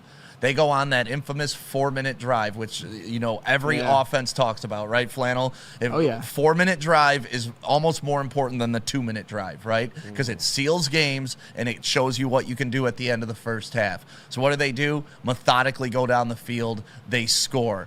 Now, it puts Green Bay in a position, okay, we can either take the knee, go into the half down 7, and knowing they get the ball back, oh, wait, we don't want them to get the ball back, then we could be down 14. Okay, well, let's try to throw a little screen pass, get some action going on this drive. Well, what happens? Jordan Love goes Jordan Love. Next thing you know, Kirby Joseph's in the end zone. You're down 14, plus the Lions are getting the ball back. At that point, the game was over. Sitting there with Neil Rule, he's a numbers guy, not quite like you, Sam, but he's like figuring out possessions left. Okay, well, now that they're up by 3 scores, they only get 5 more possessions in this game at most. They're going to have to score a touchdown on 60% of their next possessions to even have a chance to win this game. And once it starts mathing, you're like, holy hell. Just like Neil posting, at halftime, thank you, NFC North is ours, and people, dude, you're jinxing us. Think about the math. They're 2.5 games up with 9 games to go. There's 8 games to go. Who catches them in the North? Nobody. It's math. It's not being a slappy. It's math. They've been getting math all morning. That's a rock, man. I got one more to end the show on. David Witt, Mailbag. Are the Commanders, Rams, or Eagles our biggest threat in the NFC? Eagles. That's where Anson was too. I also said don't sleep on the narrative of the Rams, but I do believe that the Eagles are the best equipped team with the experience as well. When you look at the Commanders, they have some experience, but at some of their more crucial positions, you have some inexperience there as well. I mean, it's also about Saquon, just like being probably one of the best players in the NFL. And made one of the greatest plays I've ever seen. The reverse hurdle. That's insane. Answered all questions about his because I know he's had some injuries, that he's Yeah. fine. His athleticism is damn near as good as it's ever been. What were the Giants doing? I mean, they wasted him because Daniel Jones was the quarterback. Bless him. Oh, goodness. Well, I think that's the show. Yep. Goodness, what a Victory Monday show. Chat family, you guys are on one. If you didn't get an opportunity to, go on ahead and smash that like button while we are still live. Let's see, man. Let's see if we can run this up just a little bit more. And thank you. The support is something that we thrive on. It's something that we need, and it's something that we appreciate. So thank you, chat family. We hope that your day has gotten off to a great start because of Lions victory and because of Woodward and Maine. Wake up, Woodward. And next up, we got Big D Energy. Stay tapped in with Ermanni and Edwards and Woodward heavyweights. Hey, Nice catch. Let's go. Hey, yeah, you already know I got hands. Your boy Kool-Aid got hands. They wanted me to play on the football team, but I'd already signed a commitment for basketball. So, but you know what it is. You know what it is, man. This has been an epic show. We had a lot of people in there today, appropriately so. Shout out to Matt Broder and T-Foss getting us started with Woodward and Maine. KG, get better soon. I'm sure that Lions Victory Monday makes it feel that much better. But that dude, Justin, always working hard, brother, in the building. I love the drip as well. What up, though? Hey, I had to wear the hat. NFC North champions, and we're going to do it again. We're going to do it again? That's that simple. We're going to do it again. Hey, and hang another banner just to piss off the Packers and Gutenkunst. Hey, shout out to Chase. I was about to say intern again, in the sound booth, holding it down. What up, though, brother? Hey, what up, though? Hope you guys have a good day. Make sure you stay tapped in all day. We got a good show. Big D, Neil Rule, Sean Belizian. We got Ermanni and Edwards. Stay tapped in for the heavies, 5 to 7 with Easy, Spenmo, Rex. So hope you guys have a good one. Keep the vibes rolling on this Victory Monday, and hopefully we got a Victory Tuesday after the Pistons can beat the Lakers tonight. Hey, let's rock. Hey, I like that. I like that. The other half of this elite booth today, Woodward Sports MVP, that is JB Smooth. What up, though, brother? Hey, shout out to everyone in the chat. Shout out to you guys as well, too. Let's keep this Victory Monday rolling. Show doesn't stop with us here at Wake Up Woodward. You know you got Monty and Edwards. You got Big D Energy. You also got the heavyweights as well, too. You know they're going to be celebrating tonight as well. And shout out to, I hope I'm not butchering this name in the chat, but me and Millimeter, for the name of Lambeau Field, it's now called the golf course. Oh, the golf course. Yeah, Stick, we were coming up. We were taking new names, nicknames. So you got to rename Lambeau Field because the Lions have taken it over. The golf course. And this, with Maz as a leaping lion, and this can be the secondary logo. Oh, my God. How appropriate. Golf balls for the golf course, huh? Yeah, we have that T-shirt up that says Lambeau Litter Box. Yep. So that's always a nice one. I love that one, too. Lambeau Litter Box. This is so great. I love it. Kitties just come in there and take shits. You know what? Flannel Sam, Federico Polo, the vet of the squad, man. The more things change, the more Flannel Sam stays the same. All sports, know everything. What up, though, brother? You know, great Victory Monday, of course, but let's not also forget that the Dusty May era at Michigan begins tonight. Michigan, Cleveland State, 8 p.m., Chrysler Center. Tap in. Oh, I had to get that one around the cup, or else Yes. that could have been disastrous. It's your boy, Brandon Dan, a.k.a. Detroit Kool-Aid, your credential Pistons reporter and writer for the network. Victory Monday. Continue to have a day. Continue to have a day. Who cares? What's the phrase? We don't care. We don't care. It's about the Lions, baby. Let's rock. Have a day, y'all. It's been Wake Up Woodward.